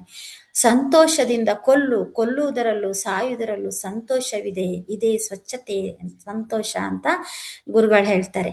ಇಲ್ಲಿ ಕೃಷ್ಣನ ದೃಷ್ಟಿಯಲ್ಲಿ ಸಾವು ಮತ್ತು ಬದುಕು ಶೌಚ ಅಂದ್ರೆ ಸಾವು ಬದುಕು ಎಂಬುದು ಸಹ ಸಂತೋಷ, ಅದರಲ್ಲೂ ಸ್ವಚ್ಛತೆ ಇರುತ್ತೆ ಅಂತ ಹೇಳ್ತಾರಲ್ಲ. ಇದರಲ್ಲಿ ಒಂಚೂರು ಇದನ್ನು ನೋಡೋದಾದ್ರೆ ನಾವು, ಅರ್ಜುನನಿಗೆ ಭೀಷ್ಮ ದ್ರೋಣರು ಕೇವಲ ದೇಹ ತರ ಕಾಣ್ತಾ ಇದ್ರು. ಅದಕ್ಕೆ ಅವನು ಅಳುತ್ತಿದ್ದ, ಅವರನ್ನೆಲ್ಲ ನಾನು ಕೊಲ್ಬೇಕಲ್ಲ, ಅವರೆಲ್ಲ ನನ್ನ ಸಂಬಂಧಿಕರು ಎಂಬುದು ಹೇಳಿ ಅಳ್ತಾ ಇದ್ದ. ಆದ್ರೆ ಕೃಷ್ಣನಿಗೆ ಅವರೆಲ್ಲರೂ ಆತ್ಮ ಸ್ವರೂಪವಾಗಿ ಕಾಣ್ತಿದ್ರು. ಕೃಷ್ಣ ಏನ್ ಹೇಳ್ತಾನೆ, ಅವರೆಲ್ಲರೂ ಈಗಾಗಲೇ ನನ್ನ ಮೂಲಕ ಸತ್ತು ಹೋಗಿದ್ದಾರೆ. ಅಂದ್ರೆ ಕಾಲಚಕ್ರದಲ್ಲಿ ಎಲ್ಲವೂ ಮೊದಲೇ ನಿರ್ಧಾರ ಆಗಿದೆ, ದೇಹಕ್ಕೆ ಸಾವು ನಿಶ್ಚಿತ, ಆತ್ಮಕ್ಕೆ ಸಾವಿಲ್ಲ ಅಂತ. ಇದೇ ಶೌಚ. ಮನಸ್ಸಿನಿಂದ ದೇಹಭಾವ ಮತ್ತು ಮೋಹ ಎಂಬ ಕೊಳೆಯನ್ನು ಸಂಪೂರ್ಣವಾಗಿ ತೊಳೆದು ಹಾಕಬೇಕು. ಮನಸ್ಸಲ್ಲಿ ನಾನು ದೇಹ, ನಾನು ಇನ್ನೊಬ್ಬರನ್ನು ಅವರು ನನ್ನ ಆತ್ಮೀಯರು, ನನ್ನ ಬಂಧುಗಳು ಎಂಬ ಒಂದು ಮೋಹ ಎಂಬ ಕೊಳೆಯನ್ನು ನಾವು ಸಂಪೂರ್ಣ ತೊಡೆದು ಹಾಕಬೇಕು. ಕೇವಲ ಆತ್ಮಭಾವದ ಸ್ವಚ್ಛತೆಯಲ್ಲಿ ನೆಲೆ ನಿಲ್ಲುವುದೇ ಶೌಚ ಅಂತ ಹೇಳ್ತಾರೆ. ಎಷ್ಟು ಆಳವಾಗಿ ನಮ್ಗೆ ಗುರುಗಳೊಂದು ವಿವರಿಸಿದ್ದಾರೆ ಅಂದ್ರೆ, ಆ ಸ್ಥಿತಿಯಲ್ಲಿ ಕೊಲ್ಲುವುದು ಅಥವಾ ಸಾಯುವುದು ಕೇವಲ ಒಂದು ಪ್ರಕ್ರಿಯೆ ಅಷ್ಟೇ ಕಾಣುತ್ತೆ. ಸಾಯುವುದು ನಮ್ಮ ಆತ್ಮಸ್ಥಿತಿಯಲ್ಲಿದ್ದಾಗ ನಮ್ಗೆ ಯಾವುದು ಕೂಡ ಒಂದು ಮನಸ್ಸಿಗೆ ಇದಾಗಲ್ಲ, ತಟ್ಟಲ್ಲ. ನಾವು ಯಾವಾಗಲೂ ಆತ್ಮಸ್ಥಿತಿಯಲ್ಲೇ ಇರುತ್ತೆ. ಒಂದು ಪ್ರಕ್ರಿಯೆ ಅಷ್ಟೇ ಅದು. ಸಾಯುವುದು, ಹುಟ್ಟುವುದು, ಕೊಲ್ಲುವುದು ಎಲ್ಲ ಕೂಡ ಒಂದು ಪ್ರಕ್ರಿಯೆ. ಸಂತೋಷದಿಂದ ಕೊಲ್ಲು ಮತ್ತು ಸಂತೋಷ. ಈ ಕೊಲ್ಲುವುದ್ರಲ್ಲೂ ಸಾಯುದ್ರಲ್ಲೂ ಸಂತೋಷ ಇರ್ತದೆ ಅಂತ ಒಂದು ಮೇಲ್ನೋಟಕ್ಕೆ ನೋಡಿದ್ರೆ ಎಲ್ರಿಗೂ ಆಘಾತ ಆಗುತ್ತೆ. ಆದ್ರೆ ಇಲ್ಲಿ ಕರ್ತೃತ್ವ ಭಾವ ಇಲ್ಲದೆ ಇರುವುದು. ಅರ್ಜುನ ಕೇವಲ ಕೃಷ್ಣನ ಕೈಯೊಳಗಿನ ಒಂದು ಉಪಕರಣ. ಅರ್ಜುನ, ಈ ಕೃಷ್ಣ ಹೇಳ್ದಂಗೆ ಅರ್ಜುನ ಕೇಳ್ತಾನೆ, ಅವನೊಂದು ಕೃಷ್ಣನ ಕೈಯಲ್ಲಿರುವ ಉಪಕರಣ. ತಾನು ಯಾರನ್ನೂ ಕೊಲ್ಲುತ್ತಿಲ್ಲ, ಪ್ರಕೃತಿಯ ನಿಯಮದಂತೆ ಇಲ್ಲಿ ನಡೆಯುತ್ತಿದೆ ಎಂದು ಅರಿತಾಗ ಅಲ್ಲಿ ದುಃಖವಿರುವುದಿಲ್ಲ. ಅಂದ್ರೆ ಧರ್ಮಕ್ಕೋಸ್ಕರ ಏನ್ ಬೇಕಾದ್ರೂ ಮಾಡಬಹುದು ಅಂತ ಕೃಷ್ಣ ಹೇಳ್ತಾನಲ್ವಾ. ನೀನೀಗ ಏನಾಗಬೇಕು, ಅವ್ರು ಮಾಡಿದ ತಪ್ಪಿಗೆ ನೀನು ಏನ್ ಮಾಡ್ಬೇಕು, ಆ ಧರ್ಮವನ್ನು ನೀನ್ ಪಾಲಿಸ್ತಾ ಇದ್ಯಾ, ನೀನ್ ಕೊಲ್ಲು ಅಂತ ಹೇಳ್ತಾನಲ್ವಾ ಕೃಷ್ಣ. ಆದ್ರಿಂದ ಇಲ್ಲಿ ಯಾರಿಗೂ ದುಃಖ ಇರುವುದಿಲ್ಲ, ಪ್ರಕೃತಿ ನಿಯಮದಂತೆ ಇಲ್ಲಿ ಎಲ್ಲ ನಡೀತಿದೆ ಅಂತಂದಾಗ ಯಾರು ಸಹ ದುಃಖ ಪಡುವ ಅಗತ್ಯವಿಲ್ಲ. ತನ್ನ ಕರ್ತವ್ಯವನ್ನು ಯಾವುದೇ ರಾಗ ದ್ವೇಷವಿಲ್ಲದೆ, ಅಳುಕಿಲ್ಲದೆ ಆನಂದದಿಂದ ಮಾಡುವುದೇ ನಿಜವಾದ ಸಂತೋಷ. ಬದುಕು ಮತ್ತು ಸಾವು ಎರಡನ್ನು ಒಂದೇ ಸಮನಾಗಿ ಸ್ವೀಕರಿಸುವುದು ಪರಮ ತೃಪ್ತಿಯ ಸ್ಥಿತಿ ಅದು ಅಂತ ಹೇಳ್ತಾನೆ. ತನ್ನ ಅತ್ಯಂತ ಪ್ರೀತಿಯ ಗುರುಗಳ ಮೇಲೆಯೇ ಬಾಣ ಬಿಡುವುದು ಸುಲಭ ಅಂತ ಅನ್ಸ್ಲಿಲ್ಲ ಅರ್ಜುನನಿಗೆ. ಆಗ ತನ್ನ ವೈಯಕ್ತಿಕ ಭಾವನೆಗಳು, ದುಃಖ, ಕಣ್ಣೀರು ಮತ್ತು ಅಳುವನ್ನು ಮೀರಿ ಕೃಷ್ಣ ಹೇಳಿದ ಬ್ರಹ್ಮಾಂಡ ಸತ್ಯಕ್ಕೆ ಶರಣಾಗಿ ಅವನು ಇದು ಮಾಡ್ತಾನೆ. ಅದೇ ಅರ್ಜುನಂದು ನಿಜವಾದ ತಪಸ್ಸು ಅಂತ ಹೇಳ್ತಾರೆ. ಇಲ್ಲಿ ಈಶ್ವರ ಪ್ರಣಿಧಾನ ಅಂತ ಬರುತ್ತೆ ನೆಕ್ಸ್ಟ್. ಇದು ಸಂತೋಷ ಆಯ್ತು. ನೆಕ್ಸ್ಟ್ ಈಶ್ವರ ಪ್ರಣಿಧಾನ. ಎಲ್ಲದರಲ್ಲೂ ದೈವತ್ವವನ್ನೇ ಕಾಣುವುದು. ಈಶ್ವರ ಪ್ರಣಿಧಾನವನ್ನು ನೀವು ಹೇಗೆ ನೋಡ್ತಿದ್ರಿ ಮೊದಲು ಅಂತ ಕೇಳ್ತಾರೆ ಗುರುಗಳು. ನಾನು ದೈವ ಆದಾಗ ಮಾತ್ರವೇ ನಾವು ಇತರರನ್ನು ದೈವದಂತೆ ನೋಡಲು ಸಾಧ್ಯ. ನಾನು ದೇವರು ಅಂತ ಗೊತ್ತಾದಾಗ ಇತರರನ್ನು ನಾವು ದೇವರು ಅಂತ ಕಾಣ್ಲಿಕ್ಕೆ ಸಾಧ್ಯ. ಎಕ್ಸಾಂಪಲ್ ಕೊಡ್ತಾರೆ, ಕಾಮಾಲೆ ರೋಗಿಗೆ, ಅಂದ್ರೆ ಈ ಜಾಂಡಿಸ್ ರೋಗಿಗಳಿರ್ತಾರಲ್ಲ, ಕಾಮಾಲೆ ರೋಗಿಗೆ ಎಲ್ಲವೂ ಹಳದಿಯಾಗಿ ಕಾಣಿಸುವಂತೆ ನಿಮ್ಮ ದೈವತ್ವದ ಕಣ್ಣುಗಳು ಬೇಕು. ನಿಮ್ಗೆ ಎಲ್ರೂ ದೇವರಾಗಿ ಕಾಣಿಸ್ಬೇಕಾದ್ರೆ ನಿಮ್ಮ ಕಣ್ಣುಗಳು ದೈವತ್ವ ಉಳ್ಳದಾಗಿರ್ಬೇಕು. ಆಗಲೇ ಈ ಪ್ರಪಂಚದಲ್ಲಿ ನಿಮ್ಗೆ ದೈವತ್ವ ಕಾಣುತ್ತದೆ.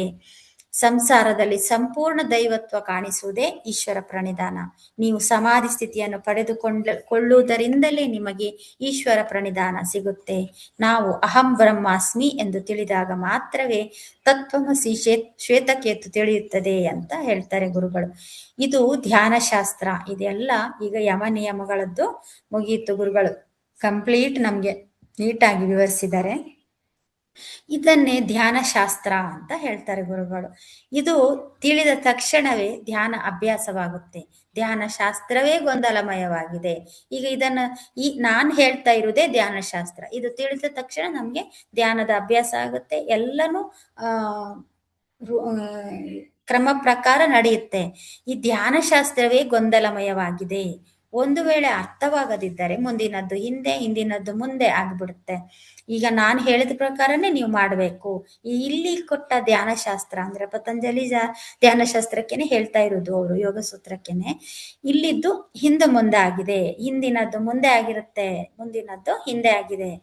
ಯಾಕೆಂದ್ರೆ ಇದು ಅಂದ್ರೆ ಎಕ್ಸಾಂಪಲ್ ಕೊಡ್ತಾರೆ. ಎತ್ತಿನ ಗಾಡಿಯಲ್ಲಿ ಎತ್ತು ಹಿಂದೆ ಇದ್ದು ಗಾಡಿ ಮುಂದೆ ಇದ್ದರೆ ಹೇಗೆ ನಡೆಯುತ್ತದೆ? ಹಾಗೇನೆ ಎತ್ತುಗಳು ಹಿಂದೆ ಇದ್ರೆ ಗಾಡಿ ಮುಂದೆ ಇದ್ರೆ ಗಾಡಿ ಖಂಡಿತ ಚಲಿಸಲ್ಲ. ಈ ಎತ್ತುಗಳನ್ನೇ ಯಮ ನಿಯಮಗಳು ಅಂತ ಹೇಳಿದ್ರು ಗುರುಗಳು. ಆ ಈ ಆದ್ರಿಂದ ಈ ಯಮ ನಿಯಮವನ್ನೇ ನಾವು ಆ ಕಡೆಯಲ್ಲಿ ಇಟ್ಕೋಬೇಕು ಅಂತ. ಇಲ್ಲಿ ಕಣ್ಣುಗಳು ಆ ಕಡೆ ಈ ಕಡೆ ಇದ್ದರೆ ಹೇಗೆ ನೋಡುತ್ತೀರಿ? ಹಿಂದೆ ನೋಡಬೇಕಾದ ಕಣ್ಣುಗಳು ಹಿಂದಿನ ಕಡೆಯೂ ಇರಬೇಕು ಅಂತ ಹೇಳ್ತಾರೆ. ಇಲ್ಲಿ ಧ್ಯಾನ ಶಾಸ್ತ್ರವು ಅಸ್ತವ್ಯಸ್ತವಾಗಿದೆ. ಅದನ್ನು ಸುಧಾರಿಸುವುದಕ್ಕಾಗಿಯೇ ಈ ಪಿರಮಿಡ್ ಸ್ಪಿರಿಚುವಲ್ ಸೊಸೈಟಿ ಮೂವ್ಮೆಂಟ್ ಉದ್ಭವಿಸಿತು. ಈ ಪತಂಜಲಿ ಧ್ಯಾನ ಶಾಸ್ತ್ರವನ್ನು ಸುಧಾರಿಸ್ಲಿಕ್ಕೋಸ್ಕರವೇ ಈ PISSM ಹುಟ್ಕೊಂಡಿತು. ಇದರಿಂದ ಎಲ್ಲರೂ ನಿಜವಾದ, ಅಸಲಿಯಾದ ಮತ್ತು ಸರಿಯಾದ ಧ್ಯಾನ ಶಾಸ್ತ್ರದ ಪರಿಚಯ ಮಾಡಿಕೊಳ್ತಿದ್ದಾರೆ. ಇದೇ ಕಾರಣಕ್ಕೆ ಎಲ್ಲರೂ ತಕ್ಷಣವೇ ಧ್ಯಾನದ ಅಭ್ಯಾಸ ಮಾಡ್ತಿದ್ದಾರೆ. ಎಲ್ಲರೂ ತಕ್ಷಣ ಧ್ಯಾನದ ಅಭ್ಯಾಸ ಅಂದ್ರೆ ಈ ಯಮ ನಿಯಮಗಳನ್ನು ಲಾಸ್ಟಿಗೆ ಇಟ್ಟದ್ರಿಂದ ಫಸ್ಟೇ ಧ್ಯಾನ, ಕೂತ್ಕೊಳ್ಳು, ನೀನು ಫಸ್ಟ್ ಕೂತ್ಕೊಳ್ಳು, ಉಸಿರಿನ ಕಡೆ ಗಮನ ಕೊಡು, ಅಷ್ಟೇ ಹೇಳ್ತಾ ಇದ್ದಿದ್ದಲ್ವಾ ಗುರುಗಳು. ಇದನ್ನು ನಾವು ಫಸ್ಟ್ ಮಾಡಿದ್ರಿಂದ ಎಲ್ಲರೂ ರಾತ್ರೋರಾತ್ರಿ ಬ್ರಹ್ಮರ್ಷಿಗಳಾಗ್ತಿದ್ದಾರೆ, ರಾಜರ್ಷಿಗಳಾಗ್ತಿದ್ದಾರೆ, ಋಷಿಗಳಾಗ್ತಿದ್ದಾರೆ. ಇದು ಅರ್ಥ ಮಾಡ್ಕೊಳ್ಳಿ, ಯಾವ ಧ್ಯಾನ ಯಾವುದಕ್ಕಾಗಿ ಅಂತ. ಅಂದ್ರೆ ಅಷ್ಟು ಈಸಿಯಾಗಿ ಇದೆ ಈಗ ಧ್ಯಾನದ ಒಂದು ಶಾಸ್ತ್ರ ಎಂಬುದು. ನೀವು ಧ್ಯಾನಕ್ಕೆ ಕೂತ ತಕ್ಷಣ ನಿಮ್ಗೆ ಎಲ್ಲನೂ ಮೂರನೇ ಕಣ್ಣು ತೆಗೆದುಕೊಂಡು ನಿಮ್ಗೆ ಎಲ್ಲಾ ಅನುಭವಗಳು ಸ್ಟಾರ್ಟ್ ಆಗ್ತದೆ. ಆದ್ರಿಂದಾಗಿ ಎಲ್ರು ರಾತ್ರೋರಾತ್ರಿ ಋಷಿಗಳು, ರಾಜರ್ಷಿಗಳು, ಬ್ರಹ್ಮರ್ಷಿಗಳು ಆಗ್ತಾ ಇದ್ದಾರೆ ಅಂತ ಹೇಳ್ತಾರೆ. ಈ ಧ್ಯಾನ ಏನಕ್ಕಾಗಿ ಮಾಡುದು? ಸಕಲ ಪ್ರಾಣಿ ಕೋಟಿಗಳೊಂದಿಗೆ ಮಿತ್ರತ್ವಕ್ಕಾಗಿ. ಈ ಧ್ಯಾನ ಶಾಸ್ತ್ರ ಇರುವುದೇ ಮಿತ್ರತ್ವಕ್ಕಾಗಿ. ಹಾವು ಕುತ್ತಿಗೆಗೆ ಹಾಕಿಕೊಳ್ಳಬೇಕು, ಹಾವನ್ನು ಆಭರಣ ಮಾಡಿಕೊಳ್ಳಬೇಕು, ಇಲಿಯೊಂದಿಗೆ ಸ್ನೇಹ ಮಾಡಿಕೊಳ್ಳಬೇಕು. ನಾವು ಇಲಿಯನ್ನು ತಿರಸ್ಕರಿಸುತ್ತೇವೆ, ಹಾಗೆ ಮಾಡಿದ್ರೆ ನಡೆಯುವುದಿಲ್ಲ. ವಿನಾಯಕ ಮತ್ತು ಪರಮೇಶ್ವರನ ಈ ಕಥೆಗಳನ್ನು ನಾವು ರಚಿಸ್ತೀವಿ. ಅವರು ಹಾವನ್ನೇ ಆಭರಣ ಮಾಡ್ಕೊಂಡಿದ್ದಾರೆ, ಇಲಿಯನ್ನು ವಿನಾಯಕ ವಾಹನವನ್ನಾಗಿ ಮಾಡ್ಕೊಂಡಿದ್ದಾನೆ ಅಂತ. ಇದು ಯಾಕೆ? ಇದರ ಅರ್ಥ ವಾಲ್ಮೀಕಿ ಮತ್ತು ವೇದವ್ಯಾಸರಂತ ಬ್ರಹ್ಮರ್ಷಿಗಳು ಈ ಕಥೆಯನ್ನು ಸೃಷ್ಟಿಸಿ ನಮಗೆ ನೀಡಿದರು. ಇವುಗಳ ಅರ್ಥವನ್ನು ಅರ್ಥ ಮಾಡಿಕೊಳ್ಳುವುದು ನಾವು ತುಂಬಾ ಅಗತ್ಯ. ಅಂದ್ರೆ ನಾವು ಎಲ್ಲ ಸಕಲ ಚರಾಚರ ಜೀವಿಗಳೊಂದಿಗೆ ಕೂಡ ನಾವು ಸ್ನೇಹ, ಮಿತ್ರತ್ವದಲ್ಲಿ ಇರಬೇಕು ಎಂಬುದೇ ಇದರದ್ದು ಸಂಕೇತ ಅಂತ ಗುರುಗಳು ಹೇಳ್ತಾರೆ. ಕುಂಭಕರ್ಣ, ಇಲ್ಲಿ ನೆಕ್ಸ್ಟ್ ರಾಮಾಯಣದ ಕತೆಗೆ ಬರ್ತಾರೆ. ಕುಂಭಕರ್ಣ ಅಂದ್ರೆ ತಮೋಗುಣ ಪ್ರಧಾನ ಕುಂಭಕರ್ಣನದು.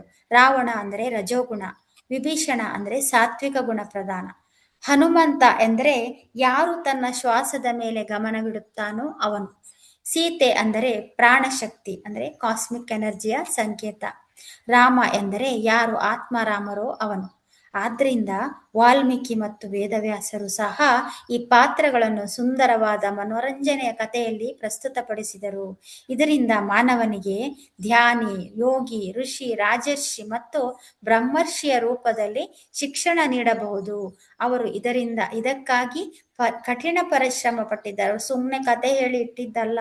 ಇದರಿಂದ ಧ್ಯಾನಿ ಯಾರು, ಯೋಗಿ ಯಾರು, ಋಷಿ ಯಾರು, ರಾಜರ್ಷಿ ಯಾರು, ಬ್ರಹ್ಮರ್ಷಿ ಯಾರು ಎಂಬುದನ್ನು ನಾವು ಈ ತರದ ಶಿಕ್ಷಣ ನೀಡಬಹುದು. ನಿನ್ನೆ ನಾನು ಮಹಾಭಾರತದ ಕಥೆಯಲ್ಲಿ ಹೇಳಿದೆ ಅಲ್ವಾ, ಇವನು ಭೀಮ, ನಕುಲ, ಸಹದೇವ, ಅರ್ಜುನ ಮತ್ತೆ ಧರ್ಮರಾಯ, ಈ ಧ್ಯಾನಿ, ಯೋಗಿ, ಋಷಿ, ರಾಜರ್ಷಿ ಮತ್ತು ಬ್ರಹ್ಮರ್ಷಿ ಅಂತ ಆ ಒಂದು ನಿಮ್ಗೆ ಕಾನ್ಸೆಪ್ಟ್ ಅನ್ನು ಹೇಳಲಿಕ್ಕೋಸ್ಕರವೇ ಈ ವೇದವ್ಯಾಸರು ಕಥೆಯನ್ನು ರಚಿಸಿದ್ದಾರೆ ಅಂತ ಹೇಳ್ತಾರೆ. ನಾವು ರಾಮ ಸೀತೆ ಇವತ್ತೀಗ ರಾಮ ಕುಂಭಕರ್ಣ ತಮೋಗುಣ, ರಾವಣ ರಜೋಗುಣ, ವಿಭೀಷಣ ಸಾತ್ವಿಕ ಗುಣ, ಹನುಮಂತ ಶ್ವಾಸದ ಮೇಲೆ ಗಮನವಿಡುವವನು, ಸೀತೆ ಕಾಸ್ಮಿಕ್ ಎನರ್ಜಿ, ರಾಮ ಆತ್ಮಾರಾಮ ಅಂತ ಹೇಳ್ತಾರೆ. ನಾವು ರಾಮ ಸೀತೆ ಅಥವಾ ಲಕ್ಷ್ಮಣನ ಮೂರ್ತಿಯನ್ನು ಹಿಡಿದುಕೊಂಡು ಪೂಜೆ ಮಾಡ್ತಿದ್ರೆ ನಾವು ಸಮಯ ವ್ಯರ್ಥ ಮಾಡ್ತಿದ್ದೀವಿ. ಆಗ ಕುಂಭಕರ್ಣನಾಗಿಯೇ ಉಳಿತಾನೆ ಮತ್ತು ಜನ್ಮ ಜನ್ಮಾಂತರದವರೆಗೆ ರಾವಣಾಸುರನಾಗಿಯೇ ಇರುತ್ತಾನೆ ಅಂತ ಹೇಳ್ತಾರೆ. ರಾಮನಾಗಲು ಸಾಧ್ಯವಿಲ್ಲ. ಈ ಕಥೆಯ ಈ ಕಥೆಯ ನಾವು ಮೂಲ ಒಂದು ಅರ್ಥವನ್ನು ನಾವು ತಿಳ್ಕೊಳ್ಬೇಕು, ಒಳಾರ್ಥವನ್ನು ನಾವು ತಿಳ್ಕೊಳ್ಬೇಕು. ಏನು ರಜೋಗುಣ ಅಂದ್ರೆ ಏನು, ತಮೋಗುಣ, ಸಾತ್ವಿಕ ಗುಣ, ಆಮೇಲೆ ಈ ಕಾಸ್ಮಿಕ್ ಎನರ್ಜಿ ಎಂಬುದೇ ಸೀತೆ, ಹನುಮಂತ, ರಾಮ ಆತ್ಮಾರಾಮ ಅಂತ ಎಲ್ಲ ತಿಳ್ಕೊಂಡು ನಾವು ಇದನ್ನು ಅಭ್ಯಾಸ ಮಾಡಬೇಕು ಅಂತ ಹೇಳ್ತಾರೆ. ಈ ತರ ಅಭ್ಯಾಸ ಮಾಡ್ಲಿಲ್ಲ ಅಂದ್ರೆ ಜನ್ಮ ಜನ್ಮಾಂತರದವರೆಗೂ ರಾವಣನಾಗಿಯೇ ಉಳಿತಾನೆ, ಕುಂಭಕರ್ಣನಾಗಿಯೇ ಉಳಿತಾನೆ ಅಂತ. ಅಂದ್ರೆ ರಜೋಗುಣ ನಾವು ಸಾತ್ವಿಕ ಗುಣಕ್ಕೆ ಪರಿವರ್ತನೆ ಮಾಡಬೇಕಾದ್ರೆ ಏನ್ ಮಾಡಬೇಕು ಅಂತ. ಧ್ಯಾನ ಶಾಸ್ತ್ರವು ಪತಂಜಲಿಗೆ ಒಂದು, ಬುದ್ಧನಿಗೆ ಒಂದು, ಆದಿಶಂಕರಾಚಾರ್ಯರಿಗೆ ಒಂದು, ಜೀಸಸ್ಗೆ, ವರ್ಧಮಾನ ಮಹಾವೀರನಿಗೆ ಒಂದು ಅಂತ ಇಲ್ಲ, ಗುರುನಾನಕ್ಗೊಂದು, ರಮಣ ಮಹರ್ಷಿಗೆ ಅಂತ ಬೇರೆ ಬೇರೆ ಧ್ಯಾನ ಶಾಸ್ತ್ರ ಇಲ್ಲ. ಎಲ್ಲ ಇದರಲ್ಲಿ ಧ್ಯಾನದ ವಿಧಾನ ಬೇರೆ ಇರ್ಬೋದು, ಆದ್ರೆ ಧ್ಯಾನ ಶಾಸ್ತ್ರ ಎಂಬುದು ಎಲ್ರಿಗೂ ಒಂದೇ. ಧ್ಯಾನ ಎಂಬುದು ಈಗ ಧ್ಯಾನಕ್ಕೆ ಬರಕ್ಕೆ ಒಂದು ವಿಧಾನ ಇರುತ್ತೆ ಅಷ್ಟೇ. ಅಂದ್ರೆ ಧ್ಯಾನದ ಒಂದು ಎಂಟ್ರಿ, ನಾವು ಉಸಿರು ಗಮನಿಸುವ ಮೂಲಕ ನಾವು ಧ್ಯಾನ ಸ್ಟಾರ್ಟ್ ಮಾಡ್ತೀವಿ. ಅದೇ ಬೇರೆ ಬೇರೆ ಇದರವರು ಬೇರೆ ಬೇರೆ ಒಂದು ಆಯುಧಗಳನ್ನು ತಗೊಂಡಿದ್ದಾರೆ, ಧ್ಯಾನ ಒಂದು ಕುದಬೇಕು, ಘಟಿಸಬೇಕು ಎಂಬ ಉದ್ದೇಶದಿಂದ. ಆದರೆ ಈಗ ಧ್ಯಾನ ಶಾಸ್ತ್ರ ಎಂಬುದು ಒಂದೇ ಇರುವುದು. ಇಡೀ ಜಗತ್ತೇ ಈಗ ಧ್ಯಾನಮಯವಾಗಿದೆ. ಇಡೀ ಪ್ರಪಂಚವೇ ಈಗ ಪಿರಮಿಡ್ ಅಡಿಗೆ ಬರುತ್ತಿದೆ ಅಂತ ಹೇಳ್ತಾರೆ ಗುರುಗಳು. ಪಿರಮಿಡ್ಡಿನ ಕೆಳಭಾಗ ಅಂದ್ರೆ ಅದು ಈ ತರ ಇರ್ತದ, ಕೆಳಗಡೆ ಬೇಸ್ ಅಗಲ ಇರುತ್ತಲ್ವಾ, ಅದಕ್ಕೆ ಹೇಳ್ತಾ ಇರೋದು ಅವರು. ಪಿರಮಿಡ್ಡಿನ ಕೆಳಭಾಗ ಅನೇಕತೆಯನ್ನು ದರ್ಶಿಸಿದರೆ ಪಿರಮಿಡ್ನ ಶಿಖರ ಏಕತೆಯನ್ನು ದರ್ಶಿಸುತ್ತದೆ. ಈಗ ಇಡೀ ಜಗತ್ತು ಒಂದಾಗ್ತಿದೆ, ಗ್ಲೋಬಲೈಸೇಷನ್, ಇಡೀ ಪ್ರಪಂಚ ಏಕೀಕೃತವಾಗುತ್ತದೆ. ಪ್ರಪಂಚದಲ್ಲಿ ಎಲ್ಲೇ ಏನೇ ಆದರೂ ಬಾಕಿ ಜನರಿಗೆ ಅಲ್ಲಿ ನೋವು ಬರುತ್ತೆ. ಎಲ್ಲೋ ಒಂದ್ ಕಡೆ ಏನೋ ಒಂದಾಯ್ತು ಅಂತಾದ್ರೆ ನಮ್ಗೆ ಇಲ್ಲಿ ನೋವಾಗುತ್ತೆ. ಗ್ಲೋಬಲ್ ವಿಲೇಜಿನ ಕಾನ್ಸೆಪ್ಟ್ ಎಲ್ಲವೂ ಒಂದೇ ಕುಟುಂಬ, ವಸುದೈವ ಕುಟುಂಬಕಂ. ಆದ್ರಿಂದ ಎರಡು ಕುಟುಂಬ ಇಲ್ಲ. ಅದೇ ರೀತಿ ಒಂದೇ ಧ್ಯಾನ ಪದ್ಧತಿ ಇದೆ, ಎರಡು ಧ್ಯಾನ ಪದ್ಧತಿ ಇಲ್ಲ. ಕೇವಲ ಒಂದೇ ಆತ್ಮಜ್ಞಾನ ಶಾಸ್ತ್ರವಿದೆ, ಎರಡು ಆತ್ಮಜ್ಞಾನ ಶಾಸ್ತ್ರ ಇಲ್ಲ. ಅಲ್ಲಾನಿಗೊಂದು, ಈಶ್ವರನಿಗೊಂದು, ಜೀಸಸ್ಸಿಗೊಂದು, ಹೀಗೆ ಇತರರಿಗೆ ಬೇರೆ ಬೇರೆ ಅಂತ ಹೇಗೆ ಇಲ್ಲ. ಧ್ಯಾನ ಎಂದರೆ ಸಮಸ್ತ ಪ್ರಾಣಿ ಕೋಟಿಗಳೊಂದಿಗೆ ಮಿತ್ರತ್ವವನ್ನು ಪಡೆಯುವುದು, ಸ್ವತಃ ತಮ್ಮ ಮೇಲೆ ಮಾಸ್ಟರಿಯನ್ನು ಪಡೆದುಕೊಳ್ಳಲು. ನಮ್ಮ ಕ್ರಿಯೆಗಳು, ನಮ್ಮ ಮಾತುಗಳು, ನಮ್ಮ ಆಲೋಚನೆಗಳು, ಇವೇ ಈ ಮೂರು ಕ್ಷೇತ್ರಗಳಿವೆ ಅಲ್ವಾ, ಕ್ರಿಯಾಕ್ಷೇತ್ರ, ವಾಕ್ಕ್ಷೇತ್ರ, ಭಾವನಾ ಕ್ಷೇತ್ರ. ಇದರಲ್ಲಿ ನಾವು ಶ್ರೇಷ್ಠತೆಯನ್ನು ಪಡೆದುಕೊಳ್ಳುವುದೇ ಮಾಸ್ಟ್ರಿ. ಇದೆಲ್ಲ ಈ ಸಕಲ ಪ್ರಾಣಿ ಪಕ್ಷಿಗಳೊಂದಿಗೆ, ಇಡೀ ಪ್ರಕೃತಿಯ ಜೀವಿಗಳೊಂದಿಗೆ ನಾವು ಮಿತ್ರತ್ವವನ್ನು ಸಾಧಿಸಬಹುದು ಈ ಧ್ಯಾನ ಶಾಸ್ತ್ರದಿಂದ. ಮತ್ತೆ ಈ ಮೂರು ಕ್ರಿಯಾಕ್ಷೇತ್ರ, ವಾಕ್ಕ್ಷೇತ್ರ, ಕ್ರಿಯಾಕ್ಷೇತ್ರ ಮತ್ತು ಭಾವನಾ ಕ್ಷೇತ್ರ, ಈ ಮೂರು ಕ್ಷೇತ್ರಗಳಲ್ಲಿ ನಾವು ಮಾಸ್ಟರಿಯನ್ನು ಪಡೆಯಬಹುದು. ಆಮೇಲೆ ಈ ಶ್ರೇಷ್ಠತೆಯನ್ನು ಪಡೆದುಕೊಂಡ ನಂತರ ಅಹಂ ಬ್ರಹ್ಮಾಸ್ಮಿ ಎಂಬುದು, ಮಮಾತ್ಮ ಸರ್ವಭೂತಾತ್ಮ ಅಂತ ಹೇಳಿ ನಾವು ತಿಳ್ಕೊಳ್ಳೋದು. ಅಂದ್ರೆ ನಾನು ಈ friends, my dear friends, my dear masters ಮತ್ತು ಮೈ ಡಿಯರ್ ಗಾಡ್ಸ್ ಎಂದು ಸಂಬೋಧಿಸುವುದರ ಅರ್ಥವೇ, ಹಿಂದಿನ ರಹಸ್ಯವೇ ಇದು. ಇದು ಧ್ಯಾನದಿಂದ ಬಂದ ಲಾಭ, ನನ್ನ ಮಿತ್ರ ಲಾಭ, ಮಾಸ್ಟರ್ ಲಾಭ ಮತ್ತು ಗಾಡ್ಹುಡ್. ಈ ಮೂರು ಲಾಭಗಳು ನನಗೆ ಸಿಕ್ಕಿದೆ. ನಾನು ಕೇವಲ ಸಾಮಾನ್ಯ ಮಾನವ ಮಾತ್ರ ಅಂತ ಹೇಳ್ತಾರೆ ಗುರುಗಳು.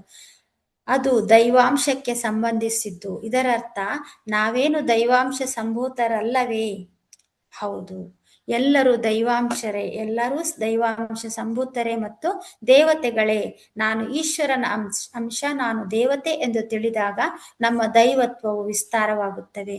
ಇಲ್ಲದಿದ್ದರೆ ಅದು ಎಲ್ಲಿದೆಯೋ ಅಲ್ಲೇ ಉಳಿದು ಬಿಡುತ್ತದೆ. ನಾನು ಈಶ್ವರನ ಅಂಶ ಅಂತ ಅಂದ್ರೆ ಅಹಂ ಬ್ರಹ್ಮಾಸ್ಮದು ಮೈ ಡಿಯರ್ ಗಾಡ್ಸ್ ಅಂತ ಹೇಳ್ತಾರಲ್ಲ, ಅದರದ್ದು. ನಾನು ನೀನು ಎಲ್ಲರೂ ದೇವರುಗಳೇ, ನೀನು ದೇವರು ನಾನು ದೇವರು. ಆದ್ರೆ ಇಲ್ಲಿ ಬಹಳಷ್ಟು ಜನರು ಬ್ರಹ್ಮರ್ಷಿಗಳಾಗಿದ್ದಾರೆ, ನಾನು ಬ್ರಹ್ಮರ್ಷಿ, ಆದರೆ ನನ್ನ ಬ್ರಹ್ಮರ್ಷಿತ್ವವು ನಿಮಗಿಂತ ಹೆಚ್ಚು ವಿಸ್ತಾರವಾಗಿದೆ. ಇವತ್ತು ಬ್ರಹ್ಮರ್ಷಿ ಆದವರು ನಾನು ಮೊದಲೇ ಬ್ರಹ್ಮರ್ಷಿ ಆಗಿದ್ದೀನಿ. ಆದ್ರಿಂದ ನಾನು ನಿಮಗಿಂತ ಮುಂಚೆ ಧ್ಯಾನ ಈ ಒಂದು ಶಾಸ್ತ್ರವನ್ನು ಪ್ರಾರಂಭಿಸಿದ್ರಿಂದ ನಿಮಗಿಂತ ನನಗೆ ಜಾಸ್ತಿ ತಿಳಿದಿದೆ ಅಂತ ಹೇಳ್ತಾರೆ ಗುರುಗಳು. ಇಡೀ ಭೂಮಂಡಲವೇ ಈಗ ಧ್ಯಾನ ಶಾಸ್ತ್ರದಲ್ಲಿ ಅಡಗಿದೆ. ಇಡೀ ಭೂಮಂಡಲವೇ ಈಗ ಸುಖಮಯ ಪ್ರಾಣಾಯಾಮದೊಂದಿಗೆ ಫಲ ನೀಡುತ್ತಿದೆ, ಅರಳುತ್ತಿದೆ. ಇಡೀ ಭೂಮಂಡಲವು ಆನಾಪಾನಸತಿಯೊಂದಿಗೆ ಆನಾಪಾನಸತಿ ಎಂಬ ಒಂದು ಧ್ಯಾನದ ಸಾಮ್ರಾಟನಂತೆ ಶೋಭಿಸುತ್ತಿದೆ. ಅನೇಕ ಜನರು, ಶತಕೋಟಿ ಲೋಕಗಳು, ಎಲ್ಲ ಲೋಕಗಳಿಂದಲೂ ಜನ ಉತ್ಸುಕತೆಯಿಂದ ಈ ಪೃಥ್ವಿಯ ಕಡೆಗೆ ನೋಡುತ್ತಿದ್ದಾರೆ ಈಗ. ಏಕೆಂದರೆ ಪೃಥ್ವಿಯು ಈಗ ಯೋಗಮಯ ರೂಪವನ್ನು ಪಡೆದುಕೊಳ್ಳುತ್ತಿದೆ. ಪೃಥ್ವಿಯು ಯೋಗಮಯ ರೂಪ ಅಂದ್ರೆ ಈಗ ಎಲ್ಲ ಈ ಇದರಲ್ಲಿ ಈ ಭೂಮಿಯಲ್ಲಿ ಈ ಶಕ್ತಿ ಅಂದ್ರೆ ಈ ಒಂದು ಮೊದ್ಲಾದ್ರೆ ಈ ಭೂಲೋಕದಲ್ಲಿ ಧ್ಯಾನಕ್ಕೆ ಬಾ ಅಂದ್ರೆ ಈ ನಮ್ಗೆ ಗೊತ್ತಿದೆ, ಗುರುಗಳು ಎಷ್ಟು ಕಷ್ಟಪಟ್ಟಿದ್ದಾರೆ. ಒಬ್ರೊಬ್ರನ್ನು ಧ್ಯಾನಸ್ಥರನ್ನಾಗಿ ಮಾಡ್ಬೇಕಾದ್ರೆ ಎಷ್ಟೋ ಕಿಲೋಮೀಟರ್ ಗಟ್ಟಲೆ ಹೋಗಿ ಬಂದಾರೆ. ಈಗ ಹಾಗಲ್ಲ, ಈಗ ನೀನ್ ಧ್ಯಾನಕ್ಕೆ ಬಾ ಅಂದ್ರೇನೆ ತಕ್ಷಣ ಬರ್ತಾರೆ. ಅದೇ ಯೋಗಮಯವಾಗಿದೆ ಭೂಮಿ ಅಂತ ಇದರ ಅರ್ಥ. ಅಂದ್ರೆ ಈ ಭೂಮಿಯದ್ದು ಒಂದು ಫ್ರೀಕ್ವೆನ್ಸಿ ಚೇಂಜ್ ಆಗಿದೆ ಅಂತ ಹೇಳ್ತಾರೆ. ಇಡೀ ಭೂಮಿಯೇ ಯೋಗಮಯವಾಗಿದೆ, ಸುಖಮಯ ಪ್ರಾಣಾಯಾಮದೊಂದಿಗೆ ಫಲ ನೀಡುತ್ತಿದೆ. ಇಲ್ಲಿ ಎಲ್ಲ ಲೋಕಗಳಿಂದಲೂ ಕೂಡ ಭೂಮಿಯ ಕಡೆ ನೋಡ್ತಾ ಇದ್ದಾರಂತೆ. ಎಲ್ರಿಗೂ ಕುತೂಹಲ ಅಂತೆ, ಅನ್ಯ ಲೋಕದ ಜೀವಿಗಳಿಗೆ ಎಲ್ಲ. ಈ ಏನಾಗ್ತಾ ಇದೆ ಈಗ ಭೂಮಿ ಅಂದ್ರೆ ಭೂಮಿಯ ಒಂದು ಶಿಫ್ಟ್ ಗೊತ್ತಿದೆ ನಿಮ್ಗೆಲ್ರಿಗೂ. ಭೂಮಿ ಒಂದು ಶಿಫ್ಟ್ ಆಗ್ತಾ ಇದೆ, 3rd ಡೈಮೆನ್ಷನ್ ಇಂದ 5th ಡೈಮೆನ್ಷನ್ಗೆ ಅಂತೆಲ್ಲ ಹೇಳ್ತಾರಲ್ವಾ. ಅದಕ್ಕೆ ಎಲ್ಲಾ ಅನ್ಯ ಜೀವಿಗಳೆಲ್ಲ ಕೂಡ ಭೂಮಿ ಕಡೆಗೆ ನೋಡ್ತಾ ಇದ್ದಾರೆ ಅಂತ ಹೇಳ್ತಾ ಇದ್ದಾರೆ ಗುರುಗಳು. 1987ರಲ್ಲಿ ಆರಂಭವಾದ ಈ ಭೂಮಂಡಲವು ಒಂದು ಫೋಟಾನ್ ಬ್ಯಾಂಡ್ ಒಳಗೆ ಪ್ರವೇಶಿಸಿದೆ. 2012ರಲ್ಲಿ ಸಂಪೂರ್ಣ ಫೋಟಾನ್ ಕಕ್ಷೆಯಲ್ಲಿ ಸಂಚಿತವಾಗಿದೆ ಮತ್ತು ಪೂರ್ಣ ರೂಪದಲ್ಲಿ ಇದೇ ಕಕ್ಷೆಯಲ್ಲಿ ಇರಲಿದೆ ಅಂತ ಗುರುಗಳು ಹೇಳ್ತಾರೆ. ಇಲ್ಲಿ ಫೋಟಾನ್ ಬ್ಯಾಂಡ್ ಅಂದ್ರೆ ಈ ಬೆಳಕಿನ ಕಣಗಳ ಒಂದು ದೊಡ್ಡ ವಲಯ ಅಂತೆ. ಈ ಫೋಟಾನ್ ಭೂಮಿ ಎಂಬುದು ಈ ಕಾಸ್ಮಿಕ್ ಶಕ್ತಿ ತೀವ್ರವಾಗಿ ಜಾಸ್ತಿಯಾಗಿ ಬೆಳಕಿನ ಪಟ್ಟಿಯೊಳಗೆ ಪ್ರವೇಶ ಮಾಡಿದೆ. ಈ ನಮ್ಮ ಇಡೀ ಸೌರಮಂಡಲ ಎಂಬುದು ಭೂಮಿ ಮತ್ತು ಸೌರಮಂಡಲ ಎಲ್ಲವೂ ಈಗ ಬೆಳಕಿನ ಒಂದು ಈ ಫೋಟಾನ್ ಬ್ಯಾಂಡ್ ಅಲ್ಲಿ ಪ್ರವೇಶ ಮಾಡಿದೆ. ಆದ್ರಿಂದ ಇಡೀ ಭೂಮಿಯ ಕಾಸ್ಮಿಕ್ ಶಕ್ತಿ ಕೂಡ ಹೆಚ್ಚಾಗ್ತಾ ಇದೆ ಅಂತ ಇಲ್ಲಿ ಗುರುಗಳು ಹೇಳ್ತಾರೆ. ಈ ಮುಂಚೆ ಎಲ್ಲ ಏನಂದ್ರೆ ಈ ಋಷಿಗಳೆಲ್ಲ ಜ್ಞಾನೋದಯ ಪಡಲಿಕ್ಕೆ ಕಾಡಿಗೆ ಹೋಗಿ ವರ್ಷಗಟ್ಲೆ ತಪಸ್ ಮಾಡ್ತಾ ಇದ್ರಲ್ವಾ. ಆದ್ರೆ ಈಗ ಭೂಮಿಯೇ ಬೆಳಕಿನ ಕಕ್ಷೆಯಲ್ಲಿ ಇರುವುದರಿಂದ, ಫೋಟಾನ್ ಬ್ಯಾಂಡ್ ಒಳಗಡೆ ಬಂದಿರೋದ್ರಿಂದ ಮನುಷ್ಯ ಸ್ವಲ್ಪ ಪ್ರಯತ್ನ ಪಟ್ರೆ ಸಾಕು, ಶ್ವಾಸದ ಮೇಲೆ ಗಮನ ಕೊಟ್ರೆ ಸಾಕು, ಅವನಿಗೆ ಆಧ್ಯಾತ್ಮಿಕ ಜಾಗೃತಿ ಉಂಟಾಗ್ತದೆ. ಅದಕ್ಕೇನೆ ಈಗ ನಮ್ಮ ಗುರುಗಳು ಹೇಳ್ತಾ ಇರೋದಲ್ವಾ, ರಾತ್ರೋರಾತ್ರಿ ಬ್ರಹ್ಮರ್ಷಿ ಆಗ್ತಾ ಇದ್ದಾರೆ. ಇದೇ ಕಾರಣಕ್ಕೆ ಸಾಮಾನ್ಯ ಜನರು ಸಹ ಧ್ಯಾನ ಶಾಸ್ತ್ರವನ್ನು ಸುಲಭವಾಗಿ ಅರ್ಥ ಮಾಡಿಕೊಂಡು ಧ್ಯಾನಿ, ಯೋಗಿ, ಬ್ರಹ್ಮರ್ಷಿ ಅಂತ ಹೇಳಿ ಆಗ್ತಾ ಇದ್ದಾರೆ ಅಂತ ಇಲ್ಲಿ ಗುರುಗಳು ಹೇಳ್ತಾರೆ. ಭೂಮಿಯು ಈಗ ಸಂಪೂರ್ಣವಾಗಿ ಬೆಳಕು ಮತ್ತು ಜ್ಞಾನದ ಕಕ್ಷೆಯಲ್ಲಿದೆ. ಹಾಗಾಗಿ ನಾವೆಲ್ಲರೂ ಹಳೆಯ ಮೂಢನಂಬಿಕೆಯನ್ನು ಬಿಟ್ಟು ಸುಲಭವಾಗಿ ಧ್ಯಾನ ಮಾಡಿ ಆತ್ಮಜ್ಞಾನವನ್ನು ಪಡ್ಕೊಳ್ಳಲು ಇದು ಅತ್ಯಂತ ಪ್ರಶಸ್ತವಾದ ಕಾಲ ಅಂತ ಹೇಳಿ ಗುರುಗಳು ಹೇಳ್ತಾರೆ. ಇದೇ ಧ್ಯಾನ ಶಾಸ್ತ್ರ ಅಂದ್ರೆ ಈ ಪತಂಜಲಿ ಮಹರ್ಷಿಗಳ ಅಷ್ಟಾಂಗ ಯೋಗ ರಾಜಯೋಗವನ್ನು ನಮ್ಮ ಗುರುಗಳು ಧ್ಯಾನ ಶಾಸ್ತ್ರ ಅಂತ ಕರೆದಿದ್ದಾರೆ. ಅದನ್ನು ಸ್ವಲ್ಪ ಕನ್ವರ್ಟ್ ಮಾಡಿ, ಅದನ್ನು ಸ್ವಲ್ಪ ಕರೆಕ್ಷನ್ ಮಾಡಿ, ಇಲ್ಲಿ ಏನೇನು ಇಡಬೇಕೋ ಅದನ್ನು ಇಟ್ಟು ನಮಗೆ ಈ ಧ್ಯಾನ ಶಾಸ್ತ್ರ ಎಂಬ ಒಂದು ಅದ್ಭುತವಾದ ವಿಷಯವನ್ನು ನಮಗೆ ಗುರುಗಳು ಹೇಳ್ಕೊಟ್ಟಿದ್ದಾರೆ. ಇದನ್ನು ಹೇಳಕ್ಕೆ ಅವಕಾಶ ಮಾಡಿಕೊಟ್ಟ ನಮ್ಮ ಈ PSSM ವೇದಿಕೆಗೆ ನನ್ನ ತುಂಬು ಹೃದಯದ ಧನ್ಯವಾದಗಳು. Thank you madam, thank you very much.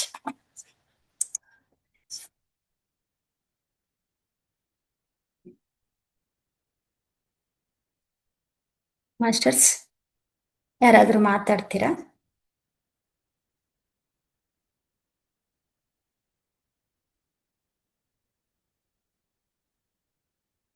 Nataraj sir ಮಾತಾಡ್ತೀರಾ?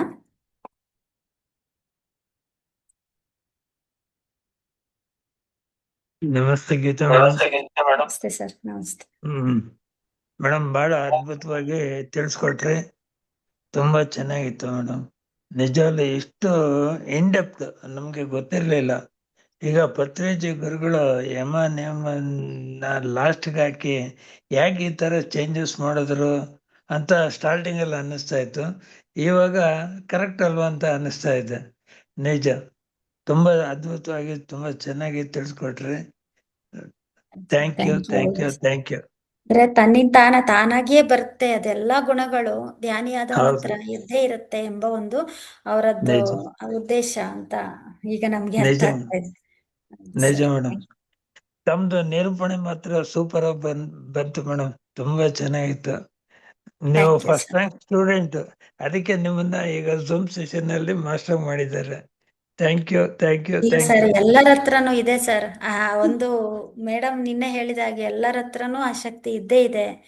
ಇದೆ ಅದನ್ನ ನಾವು ಬಳಸ್ಕೋಬೇಕಷ್ಟೇ. ನಾವು ಅದ್ ಮನ್ಸ್ ಮಾಡ್ಬೇಕು, ಬಳಸ್ಕೊಳ್ಬೇಕು. ನಮ್ಗೆ ಈ ತರ ಒಂದು ಮೇಡಮ್ ಅವಕಾಶ ಕೊಡ್ತಾ ಇದ್ದಾರೆ ಅಂದ್ರೆ ಮ್, ನಾವು ನಿಜವಾಗ್ಲೂ ಗ್ರಾಟಿಟ್ಯೂಡ್ ಪುಣ್ಯವಂತರು. ಸಲ್ಲಿಸ್ಲೇಬೇಕು ಅದಕ್ಕೆ. ಎಸ್ ಎಸ್ ಎಸ್ ಕೃತಜ್ಞತೆ ಸಲ್ಲಿಸ್ಬೇಕು. ಹೌದು. ಹೌದು, ಹೌದು sir. Thank you, thank you sir, thank you. Thank you.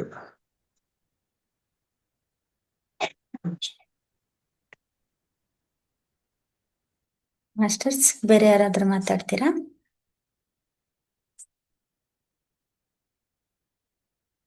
Mahalakshmi madam ಮಾತಾಡ್ತೀರಾ?